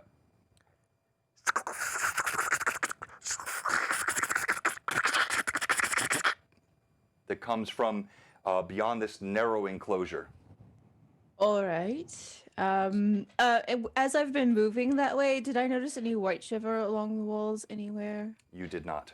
Okay. And John, with that, I would have continued with her, and my sword, as far as I know, is still lit. It Right. is, but she's in front, and I'm gonna Right. remove Fat Terry here. So I'm thank gonna you. fix your view. Oh. Everyone's liking Now we have Svelte Terry. Svelte Terry returning, and there we go. And Tiny here. Terry. Tiny Terry. Tiny It's like Terry. Tiny Tim, only different. Let's make him Oh, really Tiny skinny. Terry. I like this. Let's make him really skinny. Princess, want to know? God help us. One and all. Everyone. All right. So you come. So she's there. She's leaning over. She's listening. Are you bringing your glowing sword toward that area? Yes. I wouldn't have let her just go off by herself. I would have literally been, I mean, obviously it gets narrow, so I couldn't have been by her side because obviously it's narrow So for you see. So But he is taller than me. He is. So Millie, I'm going to let you decide how you want to do this. You hear this sound. You see the narrow enclosure. There's also light coming up from behind you. What do you do? So I hear the sound, so I'll look back to see Shorewin there, I imagine. I'll just say I'm hearing something odd down that way. Perhaps if you shine your light a little bit, we can better make out what it is. It does not sound like something I've really would recognize. It's very strange, skittery sort of thing. Didn't sound like another one of these cubes, did it? I'm not quite sure. I had very minimal interaction with the cube previously. Of course. But it does sound strange, not like anything I would ever have heard, I don't think. So I'm going to take my sword and just very slowly kind of move it forward, kind of over her shoulder. Is there enough space for me to kind of move to her side slightly? I don't. How narrow is it? Yeah, I mean, yeah. So you're here, and so I'm going to pull it up. So Millie was in front, and this was the sort of central enclosure area, which was narrowed. So let me get that up a little bit closer. And as Millie comes up, and this is darker than what I'm showing here, so let me go to the more dark now. So Millie is peeking in. She hears this skittering sound. You come forward with your light on your blade. All right, what's everyone else doing? Is the acid off me? Yeah, I mean, yeah, there's no more Okay, damage. okay. Between your reaction, Lilith's healing, the wiping of it, so yes, there's no more further damage. Okay. Then Lilith will kind of look around for the group. If she notices that Sharwin and Millie have kind of gone down that hallway, she will follow suit as well. Okay. Lilith, there's some bones up there you might like. What kind of bones? All kinds of different stuff. 1 second, and then she'll just kind of run back before like she almost like loses her train of thought. Like she's like, "Okay, I gotta go," and then she's like, "Oh wait, never mind." And then she'll like turn on her heel and then like kind of come back. What kind of thingies does she see? All right, so Lilith, as you turn around, you see what I described. There are a multitude of bones, like literally hundreds of them. Everything from dogs to rats to wolves, ferrets and possums and all kinds, like some humanoids. They've all clattered to the ground. Most of them dissolved partially by this acidic substance. You see some small blades and shields which look like rotted and rusted beneath this. And roll d20. Can I roll at advantage? Of course you can. 16.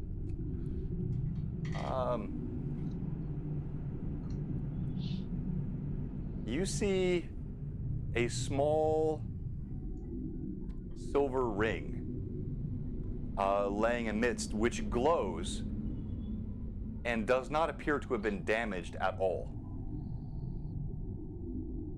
She'll pick up one of the bones and just kind of poke it. You poke the ring, it kind of moves across. While she's doing this, anyone else? We're going to come back to Shorewin and Millie, who are on the vanguard. I'm just hanging out by Brim. Back. I think Brim, you're still back where you got Yeah, hit, he is. right? Brim's still in the back. You're right here by him. Yep.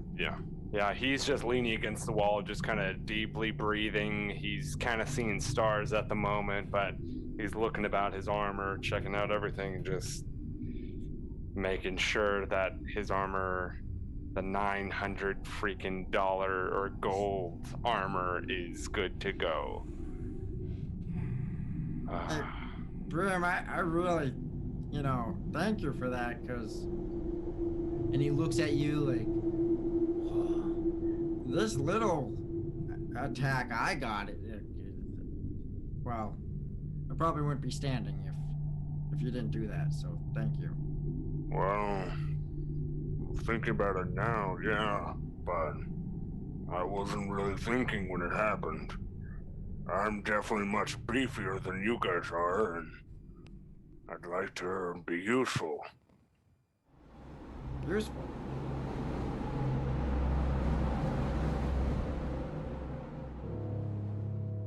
What was that? I don't know, maybe we should get going. I can maybe help them detect things if we get up there. Yep, I'll take the back. Alright. And I'll start walking towards Lilith while she's at the bone pile. And I'll drink my superior healing potion. All right. So? No. Where did you get that from? I was about to say, No, we have potions? it's Yeah, called just, trick you the know. DM and die. All right, so Yeah. no, so you.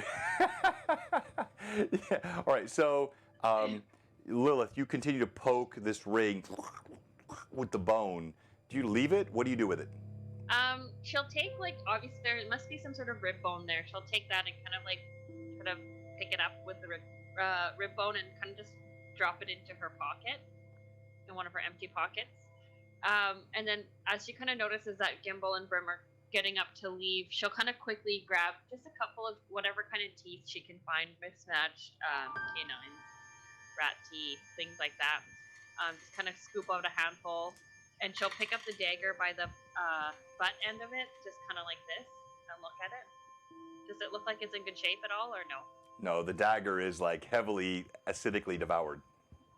And then she kind of like, and then like tosses it aside, and then she'll like get up and then and like kind of dust her one knee off only, and then get up, and then put all the bones in her pocket and start walking with everybody. As I'm approaching Lilith, do I see her pick up the ring?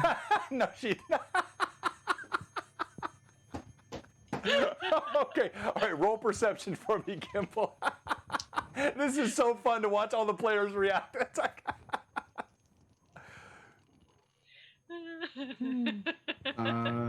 The hoarder in me is losing my mind. no, I know. Why? No, don't say anything. Don't say anything. No Six- metagaming. 16? 16. No, you just see like she's picking up a dagger and she drops it to the ground and like wipes her hand. All right. Hey, Lilith, you find any good bones? Yep, I did. Thank Okay, you. stop metagaming, Rory. Go ahead. Well, I sent her over there for the bones. Yeah. So she pulls up some teeth. She's got a little handful of teeth. I rolled. You have 16 different teeth. You'll have to take time later to figure out what they're from. Okay. Some are humanoid, some are animal teeth. You got some pretty cool teeth there, and she holds them up to you proudly. Sweet. So, I'll let you know if I find any more. When Showman hit that, they like went everywhere. But we should probably get up there with them. Good All right. idea. All right. And So let's she'll, go like, back. kind of put them in her pocket. Okay, you tuck them in your pocket, and as you walk away, your feet, they step on the crystalline structure of the cube, which is still shattered, laying all around. So you have the viscous plopping from the earlier attack, and then the crystalline structure, which breaks underfoot as you step over it. Millie, Shorewin. Shorewin comes walking up with his blade. Millie, you still hear the and the light gets brighter as he comes up. All right. So he's just bringing the sword forward. Is that what it is? I think so, yeah. All right. So can I see any more now down through the? All right. As he brings it forward, go ahead, Shorewin. Sorry. Oh, no, I was bringing my sword forward. Oh, okay. It's my sword. I just don't have a real sword right now because that would be dangerous. As he brings the sword forward, you see something I could only refer to as monstrously large that crawls up the ceiling. You see a bit of a tail and several legs, and then it goes up atop the ceiling and vanishes from the view. Did I get a look at it to kind of make out what it looks like? Roll d20 and let's make this a not nature check. Hang on, where's my? Let's just roll a base d20 for me and add your wisdom bonus, please. All right, I'll do this at advantage. You said wisdom, so do I need to roll under Yeah. my wisdom then? No. So it's a roll plus your. It's not a wisdom check. It's a Oh, roll plus your. gotcha. Thank you, Set Monkey. Thanks, Thomas. So that's an 8. Total of 8? Yeah, total of 8. I have 0. No. So you don't recognize what you see. But whoops, my cam appears to have frozen. Let me fix that. But what you do see, you know, is quite large and has skittered to the roof. All right. So, Millie is going to take a step back because she is shocked by the size of whatever that creature is, and she's going to turn back towards Shorewin and say, "There's something very big in there, and it's gone up into the roof of the cavern somewhere." As it climbed the wall? Yes, That's exactly what you saw. In fact, no, I can't give you a description. Your 8 would not. No. So yeah, it climbed up the wall. It's very strange. But you only saw one thing in there, correct? Yes, I think it was only one. It looked like only one. It was just strangely large for something that would be able to climb walls and across the ceiling. It must have been in here quite some time. I mean, that ooze, the sheer number of bones that fell from it. Either this being has been stuck in here, or there's another entrance or exit out of these hallways. And on that, Shorwin's gonna kind of slowly step forward, still holding his sword out, shield up. And can I, with the light, am I able to see the top of the room in there, or is this taller than what we've been All right, used so to seeing? so I'm gonna bring this Am up. I in the way? No, but he said, I think I can get around you. Yeah, if she lets you. I mean, if she wants to block you, she can. But like, if she's letting you get around. Oh, right. here we go again. So we got Brim the. runs forward and throws Shorwin down the hallway. So we Not again. No. we have the dynamic cam. Where else do you get this in D&D? But here on Blue Box, a totally dynamic cam.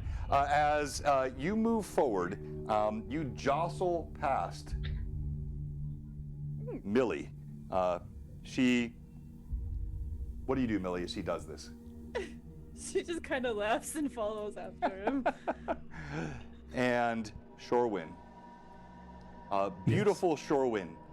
Metallically clad Cavalier Shorwin. Without Winston, who sits outside. You peer into this constricted area, and yes, you can see this is clearly, as you see here, much narrower than the hallway here, which the cube could not move down. So the cube was trapped in this area, but it was apparently quite happy with that because it was able to trap anything. But now, as you move in, you step just into the threshold of this cavern. You And I'm lift. staying right with him. All right, and Millie stays right with him. What's everyone else doing? John, I sent you a message on Discord. Okay, hang on here. Yes. Multitasking DM. Is somebody cooking a barbecue in the back? Me. It's wolves again. Oh. Here we have John live on the scene over top of the Wayward Bolt.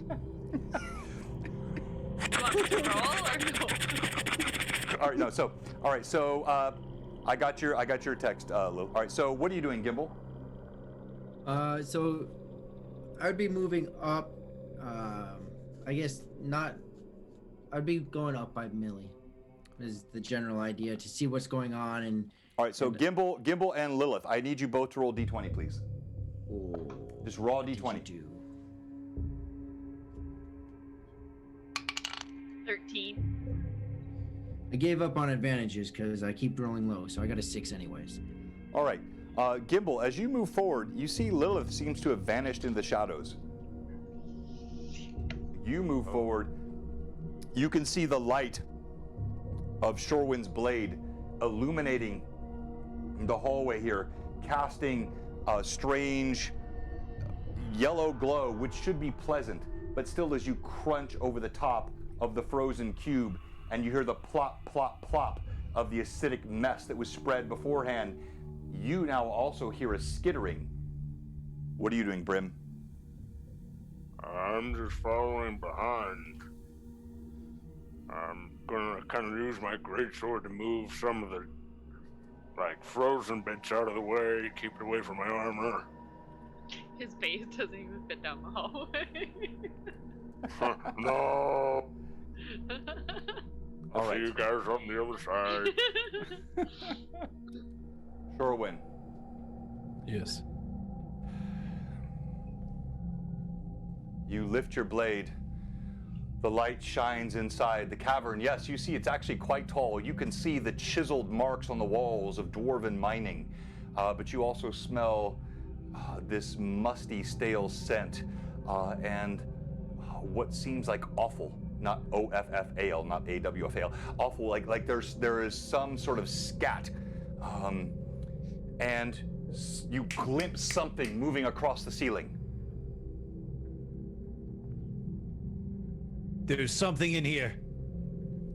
I didn't quite see what it is. The light of your sword, it barely illuminates. As you lift it, it touches. You see something with many legs, broad and long, perhaps 15 feet long. But as soon as your light touches it, skitters across into other parts of the ceiling. Would I have? Oh man. Would I have run into anything like this in my You past have travels? never seen anything like think this. so. Of course not. I don't come into caves all that much. Spray raid. Yeah, never on a jousting field have you seen this. No, nothing like this. But when you say many legs, are we talking like 10 or 30?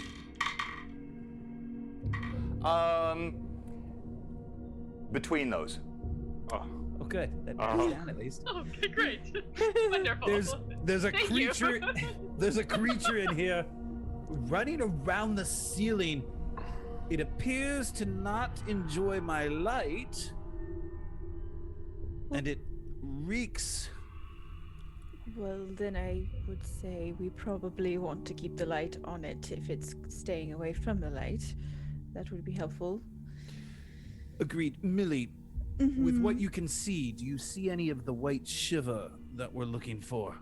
I will make a check for Whiteshiver anywhere on the walls, the ceiling, like what I can see from what his light is illuminating. All right, so you're looking behind, so you're not walking in front of him, right? You're peeking. No, I'm still behind him, Right, but so you're looking behind. I can get off to the side enough of him that I can see around him.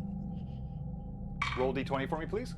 All right, I will roll at advantage. Do I? Thank you, everybody, all of our viewers. You guys are the best. Sorry, I've been so immersed in the game. I've not chatted with our viewers as much as I normally do. Do I need to add my perception to this? Just give me your raw 20. Okay, it's a 16 on the die. Okay, so yes, you look over. You just see a tail. It's a long, and in fact, you sense almost like a purplish serpentine tail that vanishes into an upper corner of the back side of the room, away from the light. Okay, but did I see any Whiteshiver? 'Cause No. that's what I was specifically looking Nope. for. Okay. Nope. All right. I don't see any of the Whiteshiver anywhere that I can tell from here, but I did see a strange sort of serpentine tail in the corner over there, and she points in the direction that it kind of disappeared from the light.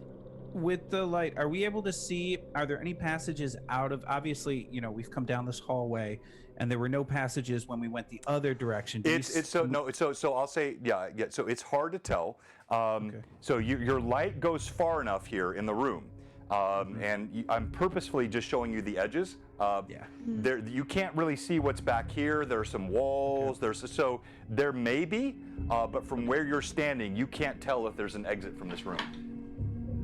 Brim, I'm gonna need your help. The size of this thing may be a bit bigger than what we've handled before. So if you can kind of move forward with me as we move into this room, Millie as well with your daggers. I look back. I'm assuming I can still see Gimbal, right? Yeah, everybody's right there. But I can't see Lilith?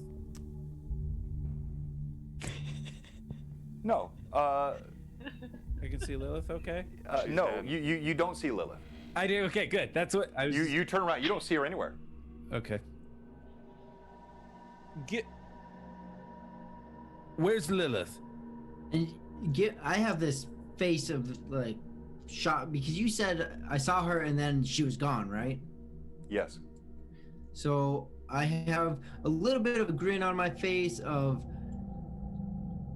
trickery, but then also a bit of a face of concern, like what just caused that to happen?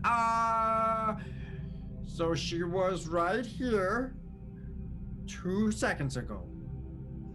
And then I blinked and she was gone. I didn't do anything. I promise it was not me. I don't know where she went. I have an idea.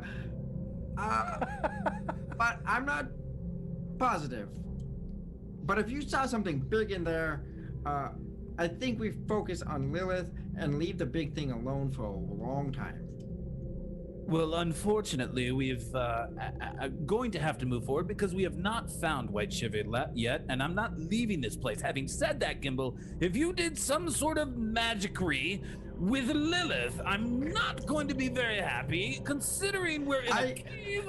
I would be happy to say I did. I'd happy to say that I turned her into a horse and I tricked you and you weren't riding Winston the whole time.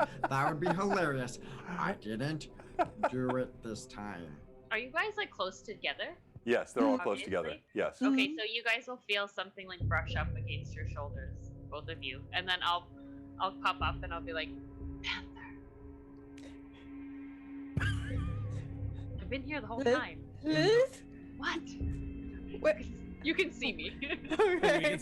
So she I just have a huge grin. I don't know how you did it, but I have a huge grin on my face. She pops out of the darkness.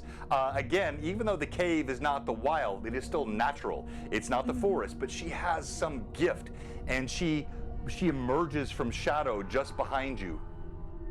In the future, if you could warn us that you're going to go disappearing, and under his breath, he's gonna almost as bad as Gimbal. All right, Brim, Millie, let's take this slow. All right. Corwin's gonna kind of take a half step, moving into the room, trying to, I'm gonna move the sword around. So the sword will never stay in one place unless we find the creature. You said it doesn't like light. Gimbal, It's is the- there any way we can light up the room? Oh. Wait, this is all simultaneous action. So Shorewind has already stepped in the room.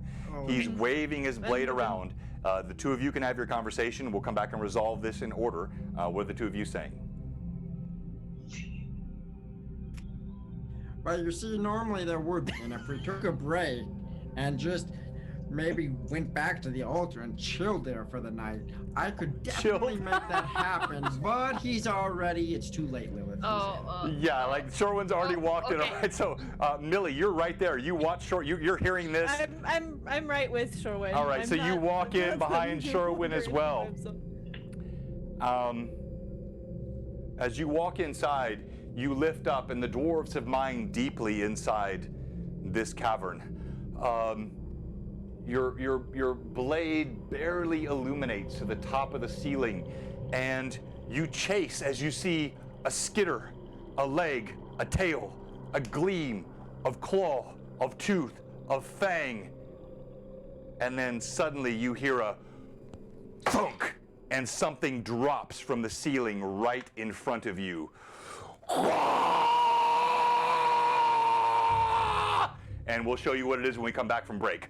Blue Box it will gives be us- right back. Then I it gives totally us the called white it, shiver, right? and we can leave. Is that it? It just gives us white shiver. You're just like, here's the white shiver. We'll Have a be- great day! All right, Have a good day! so Welcome to Screaming Benjamins! All right, so we'll be right back. And by the way, tonight we will have a giveaway, and I'll tell you what that giveaway is after the break, and it is very, very cool. Again, we're celebrating Shorewood's tonight. left eye. We're excited about Mike Disney, our new sponsor. We're excited about Underdark Uprising on Friday night and St. Jude's and all that's going on. And we're excited about Shorewind's death. About the game that's about to unfold now. So we'll see you. We'll be right back. I guess. So wait. Welcome to Screaming Benjamins. You killed the receptionist? We'll leave the mics hot as always. I want to Second apologize receptionist. for that screaming Benjamin. Welcome to Screaming Benjamin's workout area. Wait, you It's want a- to freeze your it's a- membership? No, you froze, remember? Pat said it's a schoolgirl, a scout selling cookies. Oh gosh.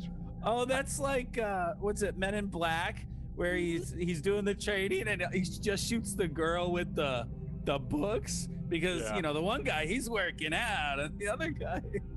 It's But it's because true. it's because no little girl would be in that neighborhood at night. It doesn't make physics sense. books. Right, exactly. She's dangerous. You ever see a little girl with a ton of books with the arms like to carry that many books and in the I middle of a dark know. neighborhood? That would scare the crap out of me. Ugh. Literally. I gotta grab food quick. Oh man, I gotta get more miniatures. One of the people I actually did an interview with, I forget his name, I'll have to look it up, but he talks about the arc of creating tension and how you set normalcy wherever you're at. And I forget the 4 different stages, but you set It's normalcy. yeah, I use that one. So Trajectory when, of fear, is that what you're talking about? say that again? The trajectory of fear? It was Is that called the one? something else, but basically. Oh, okay. And so when you set that normalcy, normally a teenager carrying books isn't scary, but you see that in the middle of a dark forest, that's not normal. So now that's scary because it's not normal. Oh. And how to bring in that tension and drop the tension. That's why Increase we the use- tension and drop the tension, and then increase the tension. It doesn't go away. No, exactly, and that's a key part to DMing, right? Because you can't have all, like, that's why the gimbal snowball fight in a couple episodes was so much fun, because you have to balance things. A little levity, a little humor, a little role play, a little drama, excitement, murder. fear. If it's all, yeah, a little murder. It's That's usual. and John's torture chamber. I'm sorry if I blew anybody's ears out. I'm just role playing it as best I can. Also, I want some combat. I'm so excited. I'm so excited for some more. You may not be in a moment, my friend. Yeah, I probably won't be. I'm at, thankfully, because of Lilith, over half health, but Don't tell me your hit points. I don't want to know. I'm not. Leave the room, John. Leave the room. I'll tell the rest All right, of so the all people. right, I'm gonna step Go out get in a your second. coffee. I'll get Yeah, my your coffee. Whatever it is. Yeah, get your coffee. Get your coffee. I got- Get out of here. Get out of here. Get out of here. You run. You better run. Okay, so right now, Terry, hurry. Terry, put on your headphones. Terry, put them on. There you go. Hi, Terry. Okay, so the HP that Brim is at right now, after being freaking hammered and then getting healed by Lilith, he has the same amount of hit points that he has in advantages. He How many is. advantages? He has 49 hit points right now. Oh. Dang, man, you got a lot of man. Yeah, you Dude, have a lot of hit points. I can't use almost anything. I'm never the one that's usually talking for stuff. I'm usually Yeah. just like swinging my sword. I'm the same. I have 39. Gosh. Advantages? Yeah. Same thing with Gim. Well, I had 31, 32 a second ago, but, I have 25. but You don't need advantages when you're When you're barbecuing sexy. wolves. Oh, That's true. yeah, that's true. I kind of gave up on them because even with advantages, I'm rolling single digits. Oh, really? Yeah, I Well, rolled a no, 1 and but see, you need to get all those single digits out so that when they're really needed later on. 4 years, Terry. Single digits have not gone away. I probably need Listen. some cozy gamers. Is what I need. It's because you try to kill yourself. Like I'm sitting there, you've got this ice ball in your hand. And you're like, nah, I'm just gonna, I'm gonna do a ray of I'm gonna frost. hang on to it for a I'm while. just gonna hold on to it. Do you, I was hey, I wanna charging show it you up in my hand. What? Can I show you my sweater that I just got too? I really like it. Yeah. Okay, so it says, Is it made of cashmere? no, it's not. It's actually funny because it says, do I get inspiration? And then it says, do I get inspiration? And then it says, why don't I get inspiration? And then if you look at it like right here, very small, it says, why though? Which is actually a good running joke in my original D&D group here, is we always bug our DM and we're like, wow, that sounds very inspirational. I think it deserves inspiration. So, stupid shirts. I wish you guys would get your shirts already. It's killing me. Well, if somebody would just show us the shirt, then we'd know what they look like. No. Well, you just not saw the gonna- shirt. She showed you what it looked like. The back too. No. Well, I'm glad I didn't wear mine then. You could have wore yours. I was planning on it, but I forgot, and I was in a rush. I think they should come soon, hopefully. You know what would make my day? What? If $1 Terry's million. shirt Oh. showed up with glitter on it, because the never same thought. person that opened your package couldn't get rid of it and opened his. I would stab you. I would stab you. Oh gosh. Okay, so I think we try and make this new creature our pet. Yes. Didn't we Agreed. already You try go that with a hide. dragon? We Hey, gotta go hey. hide. The dragon worked out though. We didn't have to hit that Did dragon it once. though? We didn't have to hit that dragon once. Just saying. Just it worked out, in a sense, with my guts on the floor. Okay, sorry. Who entered The that dragon didn't circle do that to you. alone? It was a Yeah. nice circle. He had drawn it so He did it just for symmetrically. you. That's true. I mean, how do you not accept that gift? When someone draws a circle, it's only to protect you from an underwater bear. What? I came back to I'm so glad you got that. Lord Fourth, you can't see it, but I do have one. No, that's the wrong one. See, that one doesn't have glitter on it. Yeah, that's true. But I've tried different trays. I've tried different dice. I don't know. I can't roll high. Well, the way you do that is you get a 20-sided dice where every number is 20 on it, and you will immediately start critting left and right. Yeah, but Probably end up critting your pants. no, but the problem with that I is crit all the time. we have a statistician here who tracks That's- every roll, and so Rory will find you out. That's true. Rory would get an all 20-sided die and roll it, and he'd get a 1. And he's like, "How?" I would. I would. It would be in the middle of my tray and still on edge. That's a one. Gimble's always on edge. You guys hear? Living on the- Oh, oh. that's cool. Cool. What, he's covering his face in a plastic bag? No, that's Yeah. terrible. Don't do Why that. is he? Called smothering yourself. Oh, he's pretending like he can't breathe. I Oh, just think this is hilarious. This is so much fun. Terry and Millie, you could probably care less because It's an invisibility cloak. but I think this is so much fun. Where did you get it from? Harry Potter. Harry Potter! Josh, I have to send you some stuff. It's so funny. This lady's like, What? not even, this girl's like McGonagall accent is like on point. Oh, that's so On cool. point. It's so good. I think my favorite thing of all the movies is when McGonagall in the last one just goes like, "I've always wanted to do this," and she finally gets the automotive locomotion. Yeah. I think that's the spell, and they just freaking all of these stone golem Yeah. fighters. As Terry looks and goes, I have no idea what you're talking about. Terry, I read the books, loved the books. I watched the first couple movies, but they cut so much out that I got sad. Yeah. Which I'm waiting for them to make a Harry Potter TV show. Honestly, I'm sure they will. I mean, the Lord They're of the doing it Rings. with everything. Yeah, Right. Lord of the Rings is getting its show. It'll happen. oh, I thought that was being. It's going through. They're making a Lord of the Rings show. Yes, they Yes, are. I heard. there's I casts think and Amazon, stuff. right? On Amazon? Yeah, Amazon. Yeah, It's coming. I thought and- It's coming. Tolkien's When will son it was be now? being like, nah. All right. So we are ready to jump back in.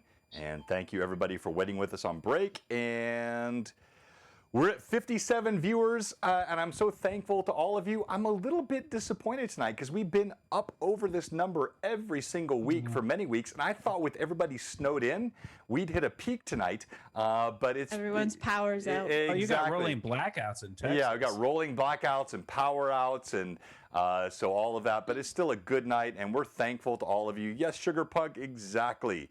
Yeah, Amazon is doing. Bill Sacherscorn, he has sent us some pretty cool stuff, and he is a master crafter. And we are so thankful to have all of you watching us tonight. And we're going to come back.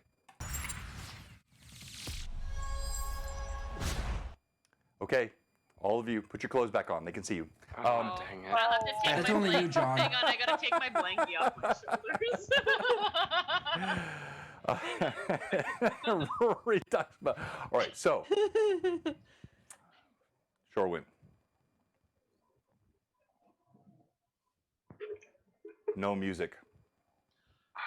Why is it so ominous? I don't like it. Why do you always do this in Norwood? No audio. He hasn't drawn a circle yet. We're fine. You wave your blade, and as I said, this creature drops down as it lets out this ear-curdling cry, which I won't do again because apparently I hurt a lot of our viewers. So it's like, you see, you're disoriented. It looks like a blue dragon, but it's not big enough to be a blue dragon. But it's monstrous, but it has 12 legs, a long serpentine tail, a crocodilian head. It lunges at you. And I'll show you the mini. So We're everybody gonna gets die. a bit of a No, we're sense of it. not. Yeah. I thought when you said serpentine tail, I was like, nah, he wouldn't. But great. It just looks like a grouper. Too large to get through this squeezed entryway. So it was separated from the cube, but it has been here, and actually something, mainly for you, Gimbal, rings in your head. You remember something that the spirit said to you. And maybe you don't, and if you don't, that's your problem. And so it. And it. Shots fired. Shots fired.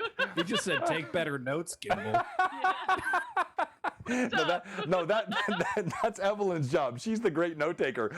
All right, and as it leaps forward, we go to our alternate cam and look at this. So we're gonna put back on the light that you have here. Danger. All right, My so. mommy said. Oh gosh, stop that. All right, so hang on here, and one out, but light because Shorewind has a glowing blade. Exactly that. And Shorewind, you see this monstrous creature. In fact, I'll pull it up on the monitor so everybody can see it here. Now, you were wondering about how many legs? Between 10, there are 12. 12 legs, long tail, crocodilian mouth. It lunges at you, and you see electricity crickling and crackling along its jaw, and we roll initiative. Come on, win that initiative. Please win it. Because I lost last time. Vivi, yeah. Vivi, you got. Vivi, I need you to be a winner tonight, okay? Can I roll an advantage? If you're not first or last.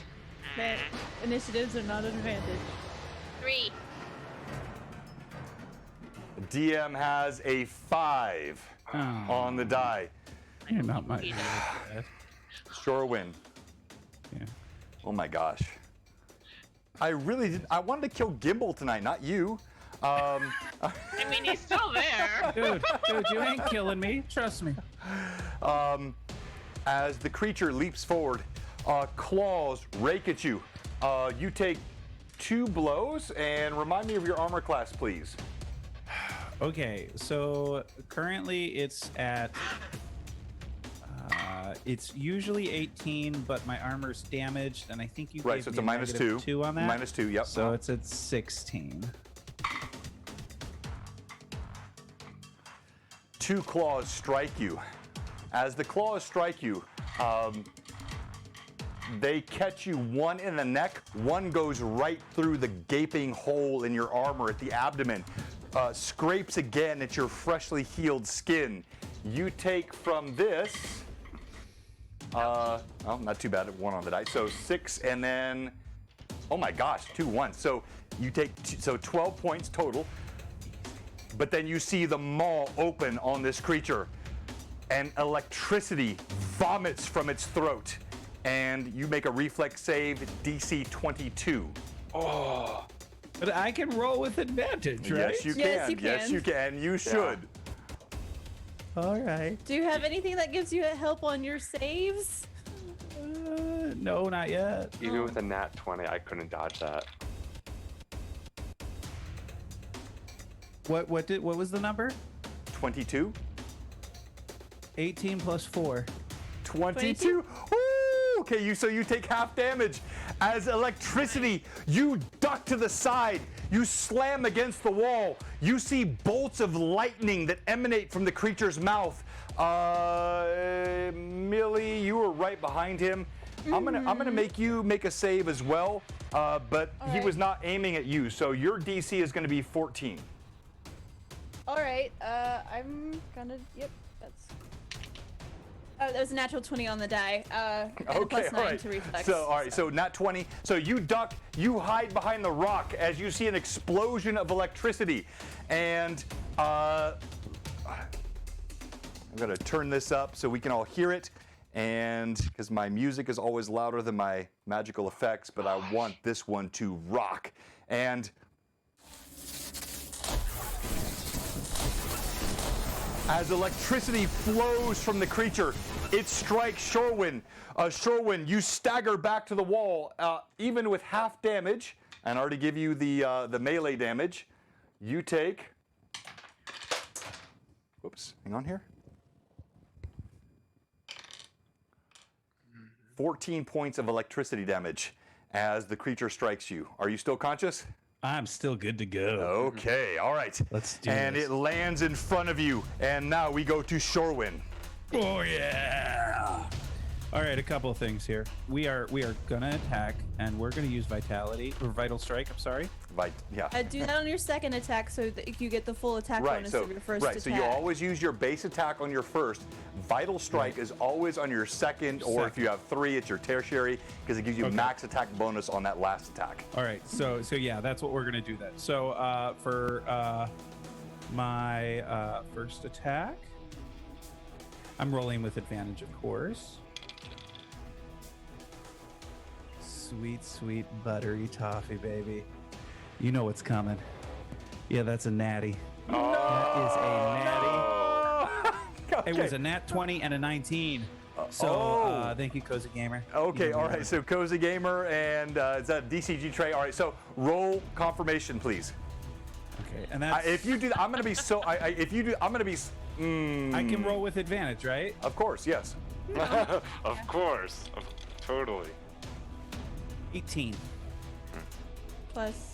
That's a nat 18. plus my third. Plus my. That's a attack nat bonus, 18. right? Right. All right. So roll that's 18 plus percentile 13. dice, please. That's You jerk. 31. Roll percentile dice, please. You jerk. Okay. You poopy head. I am so upset. It feels so good. Come on, percentile dice. This is not what was supposed to happen. 56. 56. Okay. On the ever mysterious Tim dice charts, a 56 gets you. It's a level 7 crit, which is X3 on your damage, but then I have to pull up the crit itself. So you go ahead and roll your base damage. My Whatever base the die damage. roll is, multiply that times 3, and Okay. then add your base damage bonus. Okay, so that is 11 times 3 is 33. Plus your sword, if your sword has anything in your Right, yeah, strength. so Which has plus 2. Wait, no, so no, I'm sorry, your base roll was what? I rolled a 4. So yeah, so 4 Okay. Which is my times 3 4, okay. is 12. 12. Base rolls 4. Then so you that's add, right, 12. exactly, yeah. Uh-huh. And then add your. Then plus 7. So that's 19. Yeah. It's a frightened, stunned reaction, but with the remarkable cavalier reflex, you leap forward, you slice your blade, you catch it in one of the 12 arms, and you lop one of those arms off. It screams as a flopping limb drops to the ground. Millie, Do sorry. I get my second attack? He uses No, his- no, you can't. No, absolutely not. Go ahead. Oh, Get out of town. Another nat 20. Here we go. Here we go. all right. All day long, all day long. So here we go with my swear. second roll. And this one I'm using Vital Strike with, right? Right. Yes. All right. That's gonna be 21. You swing. Your second blow, as you see this other leg flopping on the ground, scratches against the scale. Sparks of electricity fly from your blade. No damage. Millie. All right, so I'm going to step like kind of to the shoreward side, and take both my rapier strikes and then my dagger strike against the creature, and I'm going to use precise strike if I hit on the second attack with Okay. my rapier. So yeah, I'm gonna do all three at an advantage. 3, yep. All right, first attack is a 27 to hit. That hits. All right, second attack with my rapier. Whoops. Is a no, that's gonna miss. That's a 15 to hit. No. Yeah, so your first blow, it catches, slips between two scales. You feel the satisfying squelch of blood and flesh. You still feel that sort of electric charge that comes from it, no damage, but you can just feel this being emanates electricity. Your second blow scratches along the scales, doing no damage. Okay, and then my dagger is a natural 20 on the die. Okay, roll to confirm. All right. And I'm gonna use another advantage for the confirmation. That's 24. It's a hit, not a Cool. crit. Okay, so it's a hit. All Alright. right. We're good. We're So good. roll Yeah, damage. Todd. So too easy. I hit one with the rapier and one with the dagger. So first, rapier damage is 6 on the die, so it's 13 damage. Okay. And then my dagger is 2 on the die plus 4, 6 damage. All right. So, as I said, the second blow scratches along the scales, but the first and then the dagger, you draw blood. The ichor that pours out is a strange blue hue. Gimbal. So go ahead. Go ahead. If I, because of my menacing swordplay, if I hit an opponent with my light or one-handed piercing melee weapon, I can intimidate whatever I hit. Okay. So what's the intimidation DC? She, let's see, I don't know. Oh, Sorrow's Tale. Thank you for the players. Pick a player. Let's give it to Shorewin since he's about to die. Shorewin, you get that? Keep dreaming. It just says I can use intimidate to demoralize that opponent. All right. With action. So roll an intimidation check. Okay, where's my intimidate? Okay, okay. I'm gonna do this at advantage really Right. quick. Minus that. All right. That's an 18. Okay, so you see there is a feral animosity to this creature. There is no amount of humanoid intimidation that could happen. It is intent upon devouring Shorewin. And so your best intimidation does nothing to actually scare it away. This thing, you are clear, will fight to the death. All right, let's go Good to to kill him. Gimbal. You're right here. And then Brim and Lilith. Yeah, so I got a question for you, John, which will highly affect this. So I'm wanting to cast Hypnotic Pattern. It says though to roll 2d4, add your spellcasting level, right? So 6, to determine the total number of HD of creatures affected. Creatures with the fewest HD are affected first. Does this mean if I cast it at this creature, I'm also casting it as an area effect? Okay, so no, I give you as an illusionist the ability to only cast it at enemies. So the others may see it, but they will not be affected. But again, If the hit dice of the creature are above your level, they do nothing. Yeah.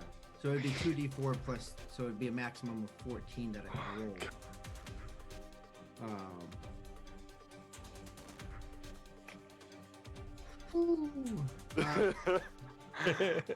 Ah! And don't assume you know what this creature, like maybe you know the creature, but don't assume you know the actually stat don't. blocks. I change everything at Blue Box. I do not want anyone ever, so go ahead. Yeah, I actually don't know what it is. So okay, so understanding that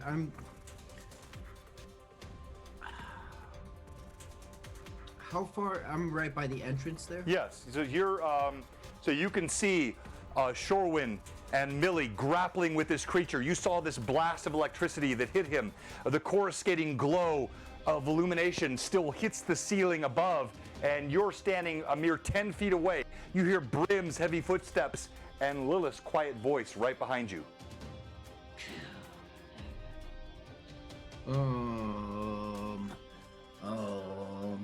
I'm terrified because I'm not feeling good.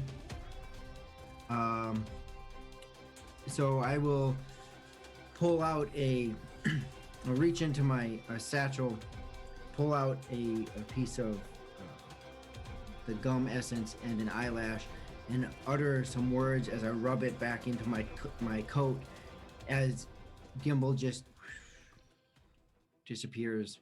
I cast invisibility, and I'd like to move 10 feet in and to the right. Gimbal ditches us. Peace. All right. Kimball bounces on all y'all. Literally. All right, so Gimbal, I have you here, and so you're up atop this block. You're not flying, but it's Right. representation of your invisibility. And you move 10 feet to the right. That's Yes. your full round. Yep. So Gimbal is here invisible, and hold on. The creature seems to have no recognition of you, does not see you. All right, let's go to Brim. Okay. Am I closer than Lilith? You're side by side. Okay. But I'm okay, assuming cool, she, cool. and if I'm wrong, but as DM adjudication, I think she's going to cast a spell. I think you're going to do something melee, so I'm going to you first. Totally fine. I am going to cast a spell, but on Brim. So does it make Okay, sense all right. for me So to go first? let's let you go first. Yes. Okay. So just based on the fact that Lilith was helping clean off Brim and then healing Brim, she would know how injured he was, and knowing that her spell didn't really heal him up very well. She'll cast Cure Moderate Wounds on him before she All right. jumps Oh. in there.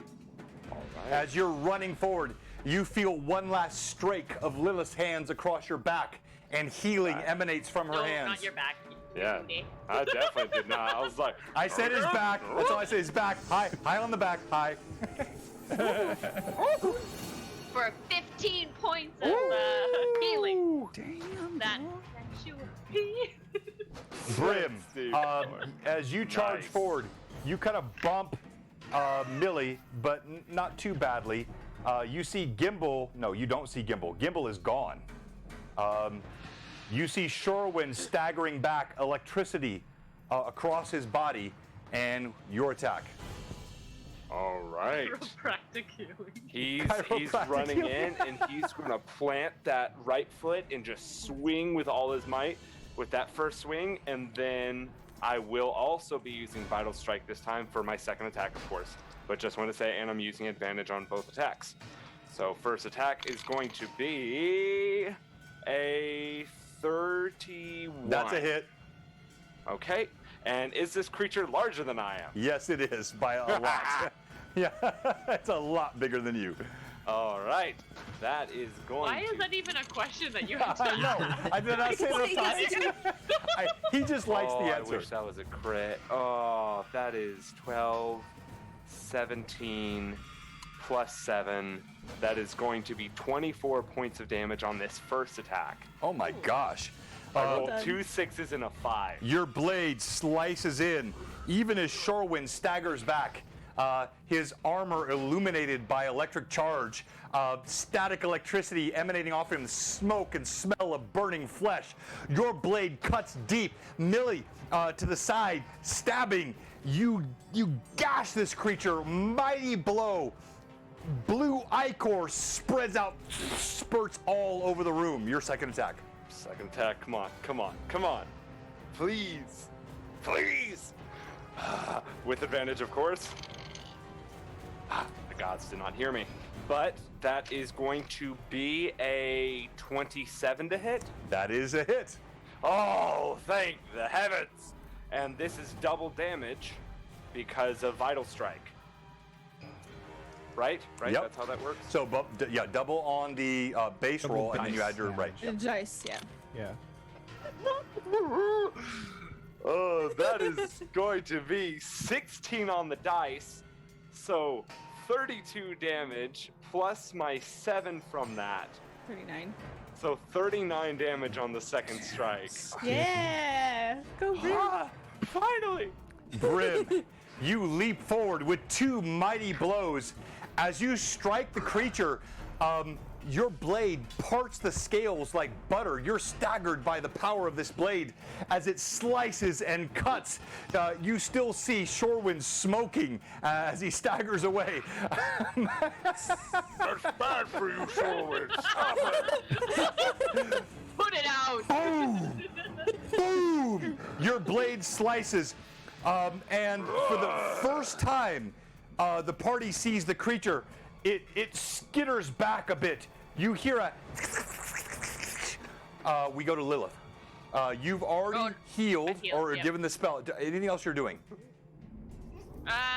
She'll kind of enter the opening of the cave, but not all the way in, and she'll kind of look around for Gimbal. She'll kind of do a quick head count, and she'll be like, 2, 3, 4. Where the heck did Gimbal go? You look and you see no sign of Gimbal. Initiative. That's Gimbal's initiative. Did the creature move out of melee when it backed up? DM has a 3. What? I'm sorry, what? Did the creature move out of melee when it backed up? No, like, so it's kind of Okay. like, it staggered back, but not out of melee. Okay, So okay. DM And has it's a 3. Gimbal's roll for initiative. That's going to be an Gimbal, amazing roll. it's your time to shine. Ah, yeah. What is it? A 6. Okay. I thought it was going to be, yeah, 1. Come on! Come on, Rory! So Rory, since Gimbal is invisible, even though you're a spellcaster, I'm going to let you go first since you hit that crazy roll. And here, let me do it this way. So this is Gimbal here, invisible against this serpentine creature. We have Brim, we have Lilith, we have Millie, and we have Shorewind. What do you do, Gimbal? I will take, my companions team. Brim has this under control. Big guy, got it. I know he's got it. Shorewind obviously can take a spark or two. He's doing well. I'll continue around that. I'll continue following the wall from my 20 feet of movement. All right. And looking to see what do I see as I keep going 20 feet. All right, so you move around the wall here. You're sort of checking what's behind the creature, right? Yeah, Okay. just as I go, checking what's, beyond the area that we couldn't see. Yes, yes. basically. So that's, I don't know if you can see, I got you here. So you're moving to sort of this area here behind the wall and doing nothing to help the party. All right, so Brim, you're face to face with this creature. Your blade is cut twice. You see it now. Hang on here. Let me roll. It's pivoted away from Shorewind toward you. Wait, is it my turn? Yes. Yeah. I get to go again? Ha! Okay. I'm going to make my 2 attacks. Okay. I'm going to roll with advantage on this first one. Let's see.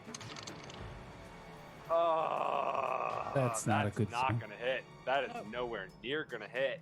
And so first, as it looks towards me, now that's focused on me, kind of freaks me out. What was the roll? It was 19. Okay, you always got to tell me that if it's ever a nat 1, you got to tell me, but it wasn't that, right? Yeah, no, it's not. Yeah. All right. So your first blow, as it turns towards you, one of its remaining legs buffets your blade away. Your second roll. I'm coming in straight up. Come on. Oh, baby, disadvantage to please. Gimbal. Disadvantaging Gimbal. Thank you, Pat Draws. Because Gimbal's on vacation while we're fighting No, this because thing. Gimbal glitter bombed me. He needs to die. That's why he's playing it smart and staying invisible. Exactly.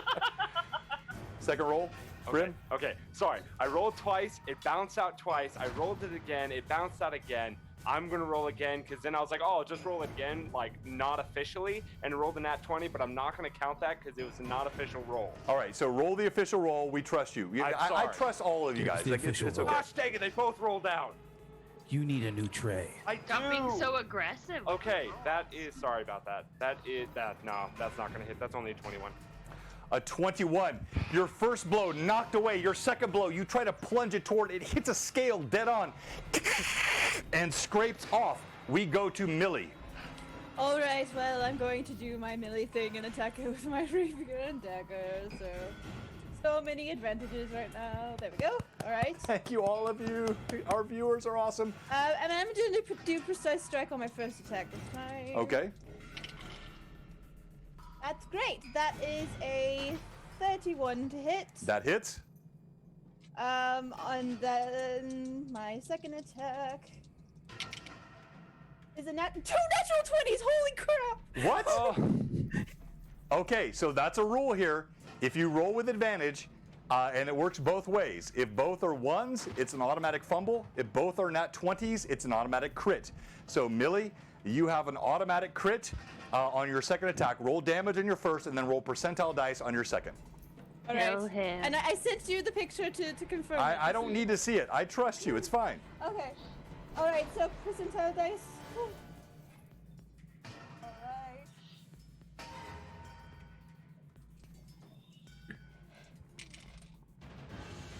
That is an 85 on the percentile dice. An 85. 85. Smells death. And I'm going to do my dagger attack really quickly. Go ahead. And then do While all I my find damage. my ever mysterious Tim crit tables, Crim table. wherever I've lost them. Your criminal table. Crim table. Are they there on the Crim- table? Somewhere right there. On the and table. then No, do you see No, him, John? this is not The Yeah. them. dagger, No, the this is dagger not was a them. 24. Not it? John. No, it's not. 24. Oh, so that just misses. It scrapes across and does not crit or hit, All rather. right, so then I'll roll my rapier damage then. Yeah, John, it's right there. Right where? Nah. No, it's not. I think I took it upstairs. So, Actually, Take them upstairs, I Larry. think I did. Yes. The We just had them. first rapier hit with the precise strike included was a 19 damage. Okay. And then for my critical, it's a 6 on the die. All right. So whatever but that you had an is multiplied plus 85 on the base die. Oh, so hold on. So I don't have. I think I took the crit tables upstairs. Dummy me. I'll get those afterwards. But I have them digitally here. Hang on. So let me pull that up. Roy, was your intention, if it had not died, to climb on its back? Oh. Ride it like a... You never know with Gimbal. That's true, you don't. Ooh, look at those nat 20s. Look at those Gosh, nat 20s. dang it. I was so happy to roll that 20, but I was like, that wasn't a... Look at Shaz. It wasn't real.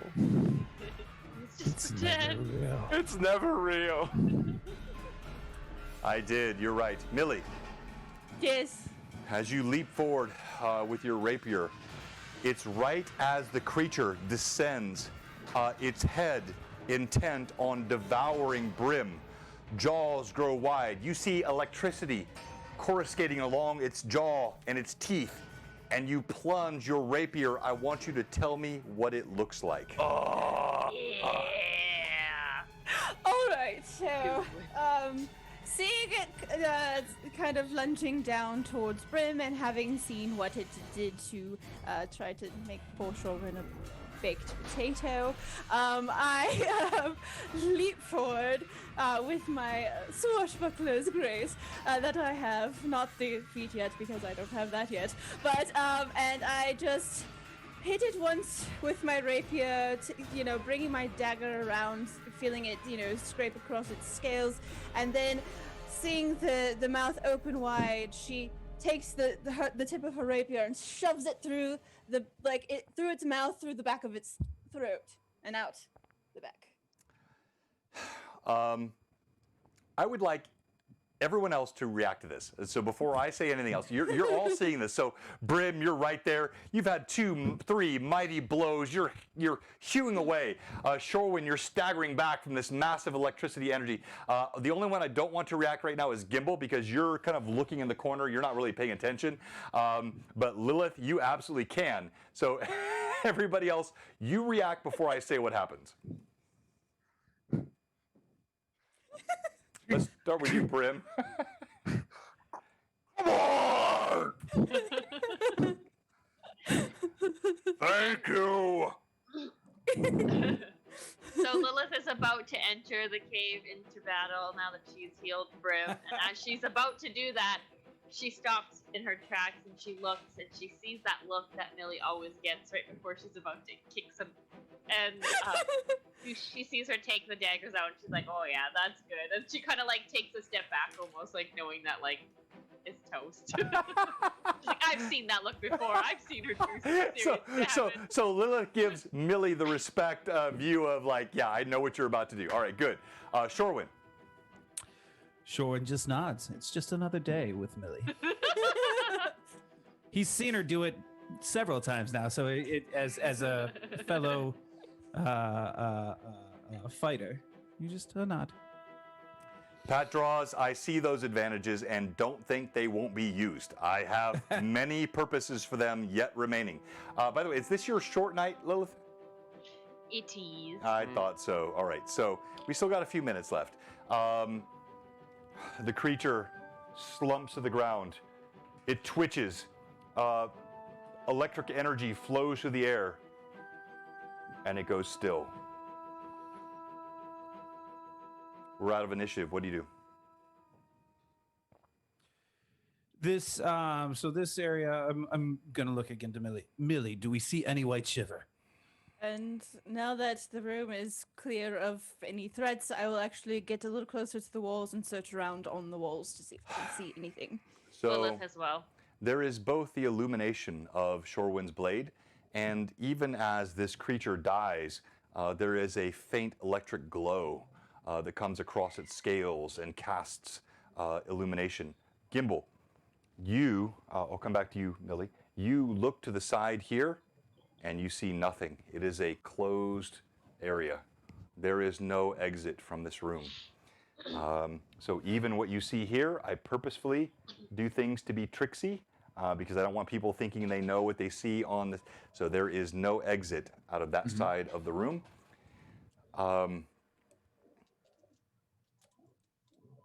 You see no white. You see no Whiteshiver, up, Millie. Looking up is also just Right. looking up. He's invisible. That's why you can't see him. Exactly. Yeah, he's invisible. It's not. It's not a glitch on our I was confused stream. for a hot minute too, and then I was like, "Oh yeah, I forgot he's invisible." He's That's why invisible. you can't see him. What are you doing, Rory? So looking up, John, looking at the ceiling, it's just a hewn ceiling. There's nothing up there, no holes or anything. So no, the ceiling's not hewn. The ceiling is cavernous. You see the hewn marks and the blade chiseling along the walls, but it's a natural cavern ceiling. You see what you can recognize as scratch marks of this creature, but there is no Whiteshiver and there is no exit from this room visible. Okay, so I cast the spell. I'm just gonna wear it out. I'm gonna use a full minute. But I will go over to the creature, whatever it is. I have 5 vials of acid on me. So I would like to take one of the vials out and using a bit of cloth to hopefully clean out as much of it as I can, and fill it up with blood of the creature. All right. You pull out your vials and you begin filling them. The blood of the creature emanates everywhere. Millie's cuts, even Shorewin had a brief cut. And of course, the incredible cuts from Brim, which left gigantic swaths of blood. They're pouring out from everywhere. You fill your vials. As you fill them, you see again, it's this bluish ichor, and it's satisfying to you because you see tiny bolts of electricity that seem to flow through the blood. John, I sent you a message Sweet. on Discord. Thank you.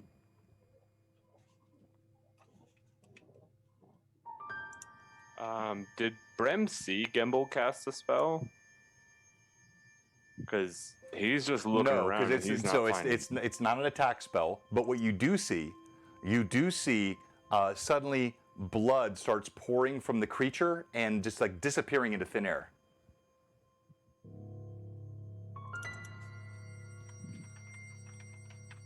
Gimbal? Wait, where is Gimbal? I didn't. Gimbal? So I didn't see him when I came into the cave, but he came down the hallway with us. Yes, I remember seeing him there. Knowing him, he's playing some sort of game. So, no Whiteshiver, is that what I am to understand? Yes, I didn't find anything, and You see no Whiteshiver here. Nothing. Why would they send us here to find Whiteshiver if there's none to be found? They said it might be here. There was no definitive. is there more than one door mine through these hills? Possibly. So everyone roll under your wisdom for me, please. So wisdom check. Under wisdom. So under With wisdom. advantage. Advantage. With advantage. I'm just trying to burn your advantages. Like, you got too many advantages. So, and yes, I saw them. Thank you so much, Pat Draws, Lord Forth. Yes, you're dead on right. Hey, how would a 1? I literally got a A nat 20 and 4, a 1. a 1, a 5, 7. a 7, A 4. and no roll for you, barely. Gimble. You're busy. Okay, never mind. Everyone continue. What? Yeah, you're busy. You're casting a spell, and I literally rolled a nat 20 and a 1. I'm not casting it. Yeah, mine was a nat 20 and a So Was it? 7. the 4 is definitely under my wisdom. Yeah. The 5 is barely under mine. all right. So But was I rolling in that or no? yeah, so Okay. I- you there are a couple of you have the sense that you remember you were not told it might be here. You were told it would be here, and Below wisdom. Hawk pointed you toward this. Why would he tell us it was here if it wasn't here? Perhaps we're missing something. Perhaps there's another passage or corridor that we cannot get to. Perhaps. He seemed to point us here and then want to disappear very quickly. Do you think he sent us here on purpose? To put us Well- in danger? I do not think so. He seemed to be fairly friendly with Ashran's family, and I do imagine that if he were, he would not wish her demise. Gimbo's going to reappear. I'm going to reappear. Hey, Brim, I'm here, and I'm going to take off towards the altar. So Brim, you're startled. Suddenly, where there was this blood pouring from the creature, Gimbal materializes. Gimbal, where are you going? Going to the altar! And I'm just going to go. I look back at the rest of the group. I assume that the creature was healthy, and I don't know too much about it, but it had to eat. It had to have a way out. Right. I'm gonna go follow Gimbal. Right. Yes, of course. Let's do that. If you guys can stay if you want. I'll just take care of him. I think we should all stay together. We don't. Yes, I think so too. So I will follow after Brim. Yeah. John, are there any small stalagmites coming out of the ground? Any type of outcropping on the wall? Anything like that? Yeah, so there are both stalagmites coming from the bottom of the floor, some small stalactites coming from the top, outcroppings. Yes, definitely things you could break out. By the way, the giveaway question, Cozy Gamer, gorgeous is silver dice with these inlays on them in this silver bat. Oh, This is pretty. Cozy Gamer giveaway. pretty. You My want these precious. dice. So you type exclamation point giveaway, and these will be given away in a bit. Whoops. Including that one. All right, go ahead. So, So I'm just going to go to the nearest one and with my sword just start whacking at it with pure anger and frustration. no, I need you to role play that, please. Okay, good. Shorwin finds the closest stalagmite, comes up to it. There, you can. There's a sense of tension, of frustration. There is, and he just lets out a yell, a deep guttural. I'm not gonna blow anybody's ears away with it, but one of those that it just comes from full emotion, raw, burning anger, and with his sword. Wait. No, you said you're not going to blow anyone's ears out, so I respect that. But I want you to have a chance to win Stream MVP. So I need you to back away from your microphone. Yes, and give us that roar where we hear it. Boom! Boom! Boom! Boom! Where is it? You all see and he this. just- Sparks fly off of his blade, a shattering of rock all over. The rage echoes much louder than what he did because you're in an enclosed chamber now. It just reverberates all around you. As Millie hears that, she's going to turn right back around and go back towards where Shorwin is. Lilith will follow suit. Shorwin, dear.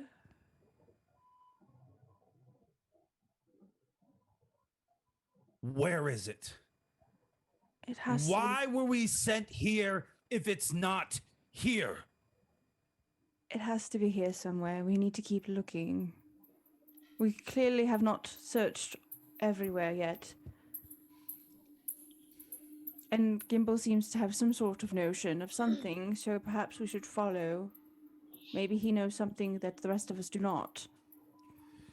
You follow. I'm going to go check on Winston.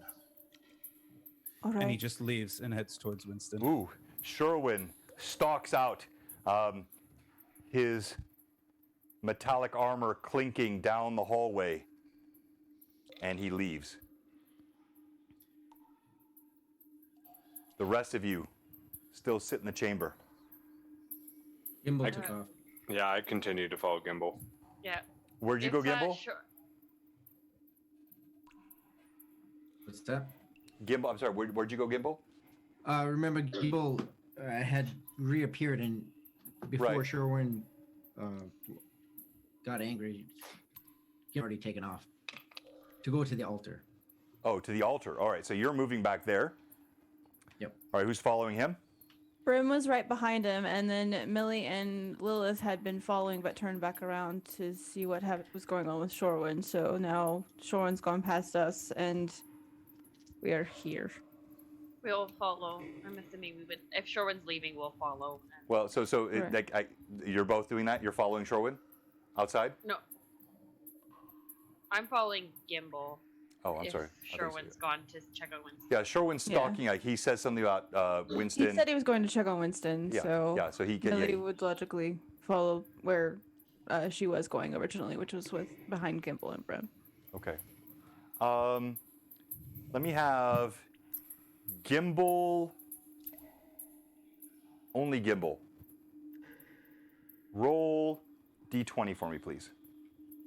All right, gonna go at advantage. Maybe this will work for me this time. So that's a 15 and natural 20. Nice. There you go. You rolled a nat 20 Ooh. on the second roll. Yeah. Okay. Yes. All right. So And you die. Just kidding. no. So you have in D&D, you have certain types of active checks, and especially in 1E, which I still adopt many of those things, as you know, you have passive checks. Gimbal, you're a gnome. You're a subsurface dweller. You elves in 1E could detect secret doors on a 1 of 6 roll. Dwarves, and in my game, gnomes. You sense things that others cannot see in underground dwellings. So, I'm blown away. I thought you, I can't believe you rolled that. So on that roll of a nat 20, let me back this up. Gimbal, as you stalk down the hallway, you notice there is something odd here along this wall. A bit of stone, and it seems like it's almost patterned.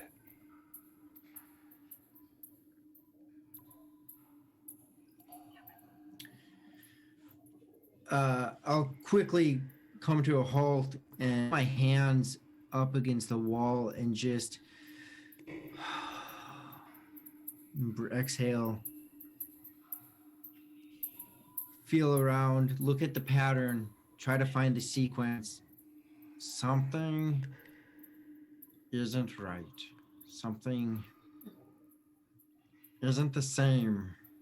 And I'll just keep looking and looking for or what I would recognize to be perhaps a lever or a trigger or a breeze in the crack of a stone. Just really quieting everything around me, just internally quieting. Pushing good. What are you looking at, Gimbal?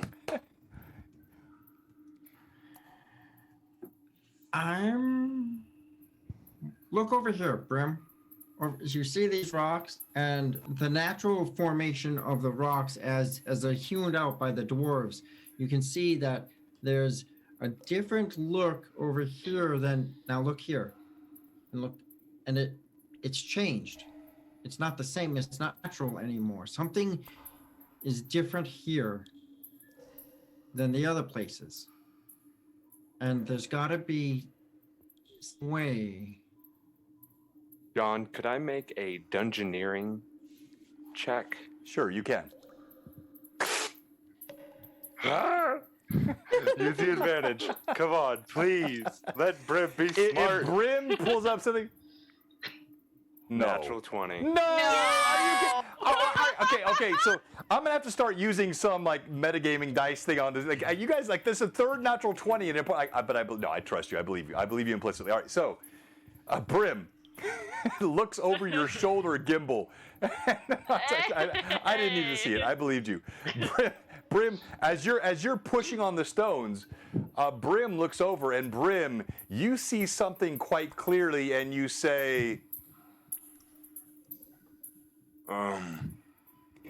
Gimbal, I think what you're looking for is...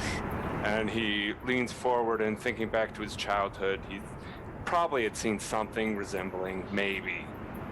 And he's like, You want to move this? and he's going to press into the stonework to where the different stones are and try and shift. If it's a door, then that. no. So you don't know how. It's like supernatural. You lean over. You remember your time in the sewers of the Free City. You were the memories of your childhood. Dark days, endless looks at stonework, the whips of masters, and yet a knowledge of stone.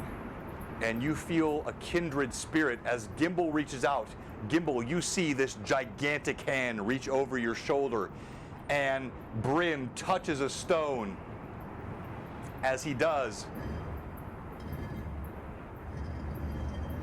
you hear, hang on, let me kill this because I have that one too loud. You see Brim touches it, And as he does so, the entire wall pivots. And as the wall pivots,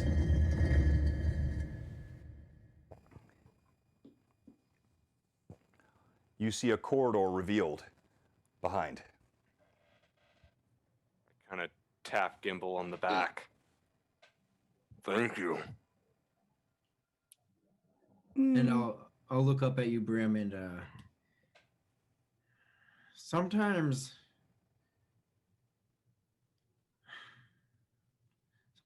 a deep breath is all it takes. And well, the Brimble, of course. Hey guys, we found something. Small Oh. thing. Shorin went off. Is there a way to get him? Well, No. I mean, yeah, if you want to go get him, he's We should the calmest probably- around you. We should probably let him know there's something to see. So, Yeah. Millie. Oh, I was gonna. Okay. So she's gonna go out towards the opening of the cave. All right. Millie moves out. Everyone else? I would like to cast Detect Magic as I am looking down this corridor. And a reminder for everybody: your light's gone too. Dark vision. Yeah, you guys who have dark vision, no problem. But Right. But yes, Those good of us point, that don't. good Right. point. What do your human eyes see? I was gonna say, the short one of us doesn't. The shiny man is gone. Lilith will be standing in the back. She's digging through her pocket. You feel all those teeth in your pockets, and there's a joy. By the way, you sent me a message, and this is a bit of OOC here, but did anyone hear her say she picked up the I did. ring?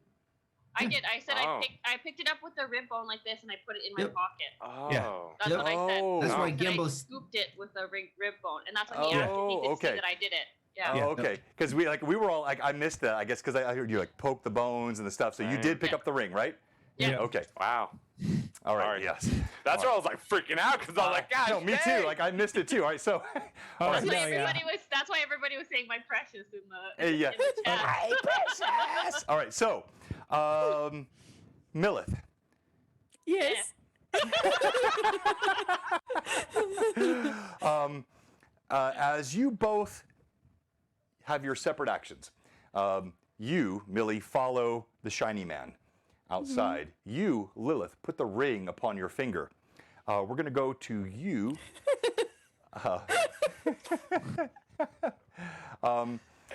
As you move toward, you see Shorewin stalking out, and Shorewin, you can see Winston standing just outside, blood upon his hooves. And you hear the footsteps of Millie behind you. Shorin, dear, what is it? we found something. There's another passageway. How? Where? Gimbal spotted something, and then Brim pushed something, and it made the passageway open up. I told you there was another place to look. I love it. Shorin immediately stops, turns. All right, lead the way. And so she'll just turn around and start walking back with Shorewin towards where everyone else is. All right. And you did see Winston safe outside, and in fact, he does not arch the brow again, but he does pull up one of his bloodied hooves, and he kind of waves it in the air as though proffering to you his prowess, and plants it back in the snow. All right, as you move back toward the hallway inside, you see Gimbal. Gimbal, you're casting Detect Magic, correct? Correct. As you do this, Gimbal, you concentrate. The arcane aura begins to swell. You can, almost like with a supernatural, preternatural sense, you hear Lilith behind you slipping on a ring. You can literally hear it rasp against her skin as you hear Brim behind. And as you cast Detect Magic, you feel the presence of powerful arcane aura ahead. There is deep and strong magic just beyond where you are, almost to where it blinds you and pushes you back. And you feel a sense of Squeaks. He scurries down your leg and darts down the hallway toward this arcane aura. What do you do? Running off again by himself. Brim, I think we are supposed to go that way. And I'll start walking. I'm not going to chase after him. He chose to take off on his own. He's smart enough for himself. But I am going to start walking at a good pace, but not running. Just kind of a jog. Sorry. All right, Brim, what are you doing? I'm looking down at Lilith and be like, You ready? Lilith? When she Alright. like finishes slipping the ring on her finger, she's just gonna let it go and look at her and be like, yeah, let's go. Alright. Looking down the passage. Squeaks ran off again, but it seems there's arcane magic stuff ahead and we're meant to follow. Saying to Lilith and, saying to Millie and Shori. Sure. All right, as you say this and you see Squeaks darts off into the distance, Lilith, you slide the ring on your finger and your finger begins to glow. Almost a rainbow color. Red, blue, green, yellow streaks go across your finger as you slide the ring upon it. And we'll stop there for tonight. Because I know she's got to go. I still had lots of gaming more to go, but I know we couldn't do too much more. Sorry. Because it is Lilith's short night.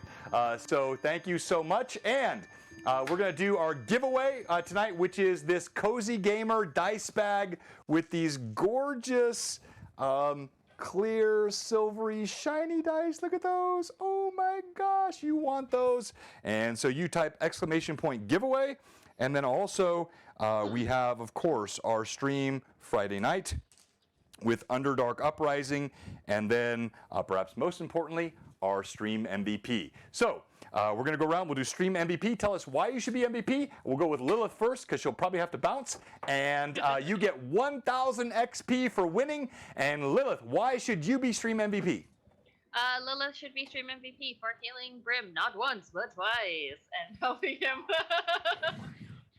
and helping again just with the same clock that she used to help Squeaks tried to wipe off as much as she could off of Brim before moving forward.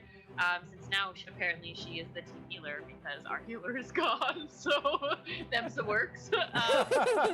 For just being super stealthy and sneaking up on the group, pulling a good old gimbal and just kind of disappearing for a second and coming back. Finding precious and putting it on. I think that's about it. Well, no, but I think you left out a couple of really good points. Like you were amazing tonight with some of your stealth and your role play, gathering teeth from the floor and scraping them into your pouch. All right. Being her typical Lilith self and collecting oddities. All right, so I'll tell you who you're rolling for, but since you probably won't be here, I'll give this to somebody else. But I can roll. I have. Oh, okay, all right. So good. So you are rolling for Iculus. Let's go, Iculus. You're in the giveaway, and you can roll for us now. Let's go to Gimbal. Why should you be stream MVP? I should be stream MVP because Gimbal was full with the orb, you know, his interaction with the Spectre, getting that orb to be able to take out the cube, and then letting Lilith know that there's lots of bones on the ground in which she found teeth and who knows what else that she just put on her finger, as well as collecting some very mysterious blood. Again, Gimble's a collector, so he's been collecting a few things, if you've been noticing. And then finding the secret passage and communicating that with Brim and finding that, and together being able to find this passage that is taking us probably somewhere really deadly. No, you did, and I thought you waited a bit longer than I thought you might, but you cast that ball at just the right time, and it was well played. Great role play as well. And so you, my friend, are rolling for D&D Tabletop. Let us know if you're They were still just here. in the chat. Tabletop. They literally Yeah. just said something. Oh, yes, they are. Yeah, they just did. Yes, okay. Congrats, Tabletop. You're in the giveaway. All right, let's go to Shorewin. Why should you be Stream MVP? Well, Shorewin should be Stream MVP because he's a flashlight. He was. He was. Additionally, he really mangled that stalagmite. A flashlight showed that him mangled the who's boss. stalactite, and all his Or rhymes tight. are so tight. Well done, sir. And I did stab the creature once. You They- did crit. They liked your scream. Your scream was great. I Okay. did Scream scream. was great. I did Yeah. scream. The Shiny Man. You're rolling for Antiquitous 2004. Yes. Longtime follower, great sub. We thank you so much, and I'm sure they're still on. Yes. They're always also, Harry, on. you forgot that you walked down, you rushed down the hallway like playing pots and pans. Anytime you say that he like clangs, that's all. That's a positive. I love that. That's great. He also did charge. Yes, Antiquitous is here. All right. So, let's see. Let's go to Brim. Why should you be Stream MVP? Brim should be streamed MVP. Okay, you're done. Yeah. All right. Let's go to Millie. Should be stream MVP because he was able to get a ton of really nice attacks on the creature, whatever it was, as Josh was pooping his brains out, as I was terrified. for if Even it though was Millie an came in actual, and like, swooped and stole your behavior. kill. And also being able to discover the actual place in the stones and open up, as he gets a bit of a flashback that he kind of pushes down, but is able to open up this passageway forward, and always trying to protect his little bud Gimbal. No, exactly. And thank you, Sweet K420. We got a giveaway going to you. I know that. Thank you so much for reaching out, and thank you for the gift sub to D&T Tabletop. All right, so you will be rolling for Brim. Dun, dun, dun, dun. Fraley! Fraley, always consistent on our channel, and a chance to win some Cozy Gamer dice. By the way, this is our last stream before Friday. There will be no LMA tomorrow night because I'm going to be prepping for Underdark Uprising. I've got a lot of work to do because it's going to be a rockin' show Friday night. And this is your last chance to win before then. And do I see Fraley still on? Come on, Fraley. All right. Millie, why should you be Stream MVP? Well, let's see. She scouted ahead after everybody was kind of inspecting what remained of the ice gelatinous cube. And Baleful gelatinous cube. yes. But yeah, so she scouted ahead and she spotted something and, asked for Soren's help to see better what was ahead. Then her double nat 20s to slay the foul beast in a most magnificent way. I had so many cool things for this creature to do. I don't know why you keep doing this to me, Millie. I'm getting upset. You keep critting my monsters. I'm just gonna give all the credit to John for blessing my dice trays because they're magical and I love them. So that and then immediately checking on Shorewin when he was experiencing frustration, kind of trying to reassure him that that Gimbal seems to have figured something out, so we should probably see what that is. There's got to be another path to go. and then kind of being like, I was right when she went to get him, but it's just, like, well, we found something else, and so I knew there was something else.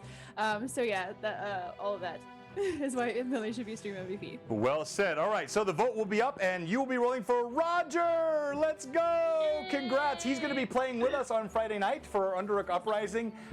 Great new fan, been with us for a few weeks, and he's been so consistent. All right, so you all have your rolls, and you all have your votes, my viewers. Who do you think should get the 1,000 XP?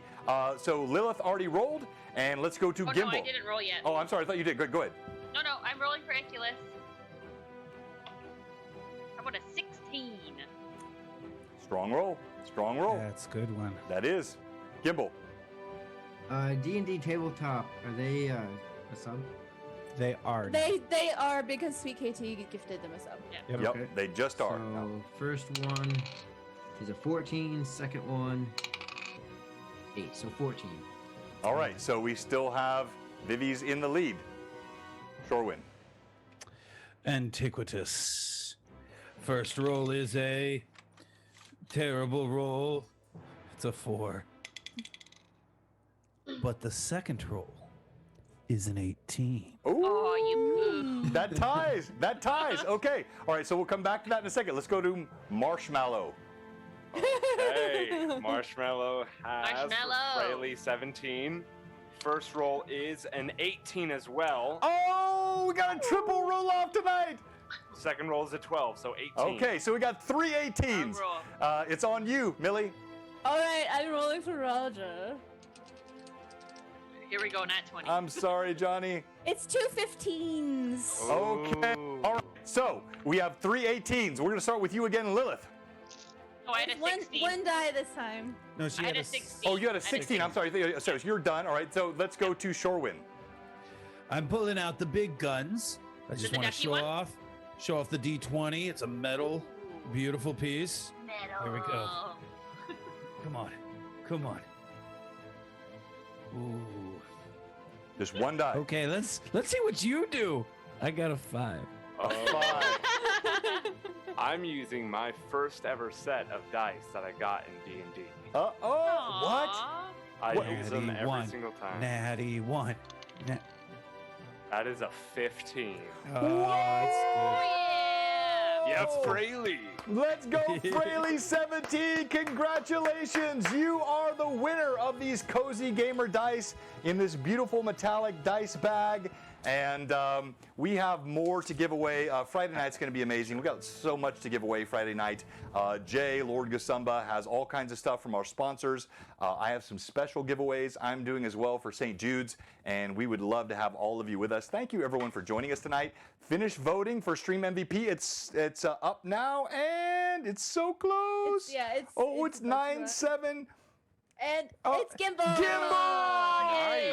Gimbal, you are Stream MVP. Congratulations, sir. No, everyone join us Friday night. It's 7 Eastern, 8 Eastern, 7 Central, and it's going to be a fun time supporting all that we're doing for Underdark Uprising. And thank you to all the players, the viewers tonight. Great show. Well done. Now, we always have a little bit of an after show, and I always forget to let the viewers in. So I know Lilith has to go. So Vivi, if you need to bounce, no worries. But let's do a bit of an after chat before I do a raid. I want to let you guys kind of chat for a second and ask questions. I have to go also. All right, see you, Gimbal. All right. Bye, Don't Gimbal. worry. See you guys. I'll No worries. stay. No worries. You know what? Terry and I need to go. No. Can you imagine if everybody We've got our own call. Bye. No, it's like I get up and I walk into his room and Terry's like, Oh my gosh, Terry." that would be so awesome. I would love that. So I would love that. I messaged John asking if I could put the ring on before the end. And you did. You Oh. did. I did, yeah. I just didn't tell you what it did yet. Yeah. no, So that's what I said. I'm like, yeah, I just wanted to put it yeah. on. So Next she also week we come back to Lilith's dead body. Lilith's dead, yeah. she also messaged me. She told me she was stealthing and trying to hide. I made a roll here. And while she is a druid, normally accustomed to the forest, she's still accustomed to any sort of natural environment. So she like disappeared into shadow quite cleverly. It was a good roll I made for her. Actually, my whole intention was before anybody had noticed. I was just gonna pop up behind Millie and be like, I got teeth. And then there was more things that had resolved beforehand, so it didn't really make sense for me to be like, oh, there's a big slithery thing. It's like, hey, I got teeth. Oh, look, hi. Yeah. What did I do? What did I do wrong not to let that moment happen? That would have been awesome. No, it just kind of naturally occurred, and it was still kind of naturally moving forward, so I had to switch up what I wanted to do. That's right, Ancient Gamer. Yes. Cryptalk has asked, what does Lilith do with her oddities and such? It's very mysterious. I have a little piece of paper here that says it actually says what's in Lilith's pockets. Let's see if I What's can. in its pockets is? What's in its pockets is? String melted or nothing? Melted snow, yeah. Oh, just water because she doesn't have it anymore. Let me see if I can kill my background real quick here. Yeah. All right. Well done. Video. Where's my background? She's a pocket. of holes. The hourglass from Burn. All the teeth. So it literally says what's in Lilith's pockets, and I have a list here of all the things that she has in her pockets, but I'm not telling you guys what it is because screw that. You guys need to find out. That's why she's very mysterious. It's like, why does she have such big hair? It's because it's full of secrets. Why does Lilith have so many pockets full of random stuff? So I saw the There's joke stuff that earlier, she but it has. was not. Someone said I like big pockets, and I cannot lie. Like you got massive Okay, pockets did with all kinds of cool stuff. For somebody who doesn't like shiny things, that ring was kind of shiny. Yeah. Yeah, Although, it was, wasn't it? It was, but Lilith is now having some internal issues because she doesn't know what kind of druid she is right now. And currently she's a healer. Crisis. She's the kind that, she's the kind that barbecues wolves. Duh. Oh, she. Yeah. Millie honestly feels very honored right now that she's seen half of what is in Lilith's pockets when Lilith dumped everything out on her bed that one Yes, time. Like, it's like, oh, I know some of what's in her pockets. And you're the only person you notice that she's ever dumped everything out of her pockets. All right, so- she doesn't show anybody what's in her pocket. Hashtag Lilith's Pockets. That is a thing now. That's got to be a meme. I need Pat Draws or someone to give me a great fan art of Lilith's Pockets. All right. I So, have a lot of things written in here that a lot of people don't even know that I do have. I just have a bunch of random stuff, and I don't know. Like, it's a mystery. If you guys can keep track, I have outwardly said all the stuff that I do put in my pockets. So maybe Roy can do that as a stat. See, calculate all the stuff that I have in my pockets. Nothing. Not a glitter bomb. No, I don't. Patra says I don't do art. Sorry, I can't see it. It's blocked for explicit messaging. oh, what? Explicit? Really? What? Yeah, Patra says I don't do blank art. Sorry, I can't see what it says though. Hold on. Wait. I don't see that. Where am I missing it? I don't do porn art. Sorry. Oh. Yeah. Yeah. No, it's fine. You can allow that. All right. Oh, So. you can. Oh, okay. Yeah. All right, so other questions or comments? So anything about the game tonight, the creatures, the spirits, the baleful cube, the strange pseudo behir, which was, coming off the ceiling, the rolls, the spells, anything at all? Where did you get that model? The model for the behir? Yes, that one. Okay, The one that so- Josh is also holding. Yeah, so it's not that exciting. It is a base unit from Wizards, okay. right? So Yeah. 27 of 44. But Nice. again, this is a custom creature for me, so I use the Behir model, but it's not a base Behir. Do you have it there, Josh? Yes, Josh Yes, has I it do. too. What I love about this Behir model is that it looks like it's getting proposed to. Wait, Oh my god! I can see that. why does mine look better than yours? It's like, no way!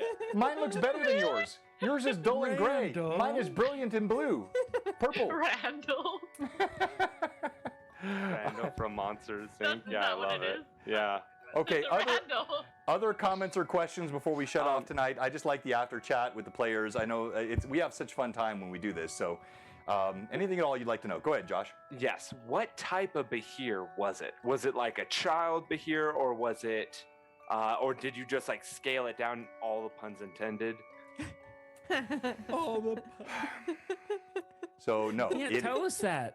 That's part of the DM's Why secret, not? dog. It's It- dead Sorry. now. No, Oh, no, there no. might be So, more? so it is. It was not scaled down per se. It was customized. It had some abilities you did not get to see. The crits from Millie, the giant blows from the party. You actually nerfed my creature before I got to show you all it could do. So it's a Behir, but it had some custom abilities you did not get to see. What could it do? Now you have to wait to see that. I want to know. Bring it back to life. Take it. You shouldn't have hit it so hard. Exactly. You hit it too I wanted hard. to hit it harder. Hit it too hard. Other comments? Go ahead, Millie. Oh, we have a question from Johnny D. Fox. Can we get a Behir later? Get it, Behir? Yeah, be here later. Yeah, I get it. I get it. I get it. All right, yeah. I get it. Johnny's I been can't all hear over you. us. He's awesome, and he's going to be playing with us also on Friday night. One of our newest viewers won a giveaway. I met with him last night with our crew. It's an amazing crew. As I said, also including Mike Disney, Roger, Johnny. You got just so many great players that will be with us on Friday. It'll be fun. Other questions or comments from tonight before we close off? Thank you guys for hanging out. Yeah. You don't scare me, Johnny. Not at all. All right, so with all that said, we have our stream MVP. Congrats again, Gimbal, who's out, and we will see everybody. Or is he not? He's just invisible. It could be. He's been chilling with us the whole Listening. time. Mind Could be, blow. could be. But we have one question for you tonight. If you're watching, and I've seen some new names in the chat, and you've not followed, or if you're a follower and you have not subbed, or worst of all, if you're a sub whose sub is expired and you have not resubbed with us, we have one question for you. What are you doing? Give us a follow. Blue Box will be right back on Friday night for Underdark Uprising. And thank you to all of my players. You guys rock. Have a great night. I guess.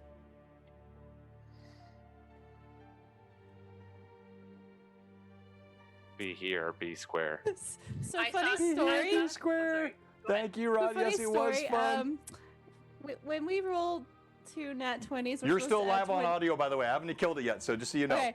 When we rolled 2 nat 20s, we're supposed to add 20% to our That's right. Yes. status. I forgot to do that, so it was actually 105 that I rolled because I forgot to add the 20. Oh. Obliterated it. I would have made that more Dead. glorious. I would have made that more glorious. It's alright. I just forgot it. No. It was fine. Everybody was already like, Millie's just up to her normal status. No, I'm going to raid. I'm going to raid. I'm getting ready to raid right now.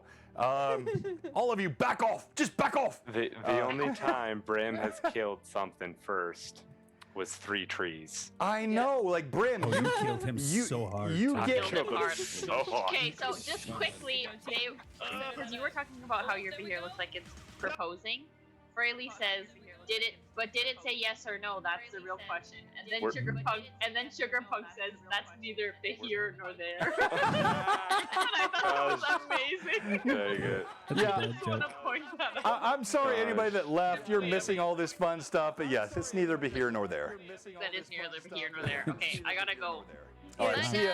Bye. Bye, Vinny. Bye. Hopefully you guys get your packages soon. I hope I do. Some Yeah, I want to wear my shirt. I want to see your package. What? I will Okay. double check Come soon. on! Terry, put your pants back on. Terry, stop! You asked. We're When supposed to what do that asks? on the other call when it's just you, me, and John. Take me to the other side. That's Ranger Harley's like, what? Yeah, our no, weekly we're- FaceTime, like, stripper practice. Oh, Yeah. right. Why are the watcher numbers going down? That's weird. The one's way down. They're going Why are down. they going All right. up all of a sudden? we're gonna raid our friends at Loot Die Repeat. We love this in Blue Box After Blue Box Dark. After Exactly. Oh, So, yeah, I'm supposed to be we're getting that raiding Loot Die giveaway. Repeat, and I've kept everybody live on audio, and now I'm going to show them video I know, that's again why people are- so they can still see you guys. Sorry, you thought you Oh. were done, but you're not. They can still Oh, hear I was you like, and see oh, you now. We're okay. still live. I did that. And we're going to We're raid back. Loot Die Hey, we're Repeat. back. Welcome back. Back. You All brought right, us back. but it's time for DM John and the do strip his club. dad. Actually rating. We're gonna. And We're rating it. The timer's counting. here Banana, we na, na, na. go. Sorry. End stream. Sorry.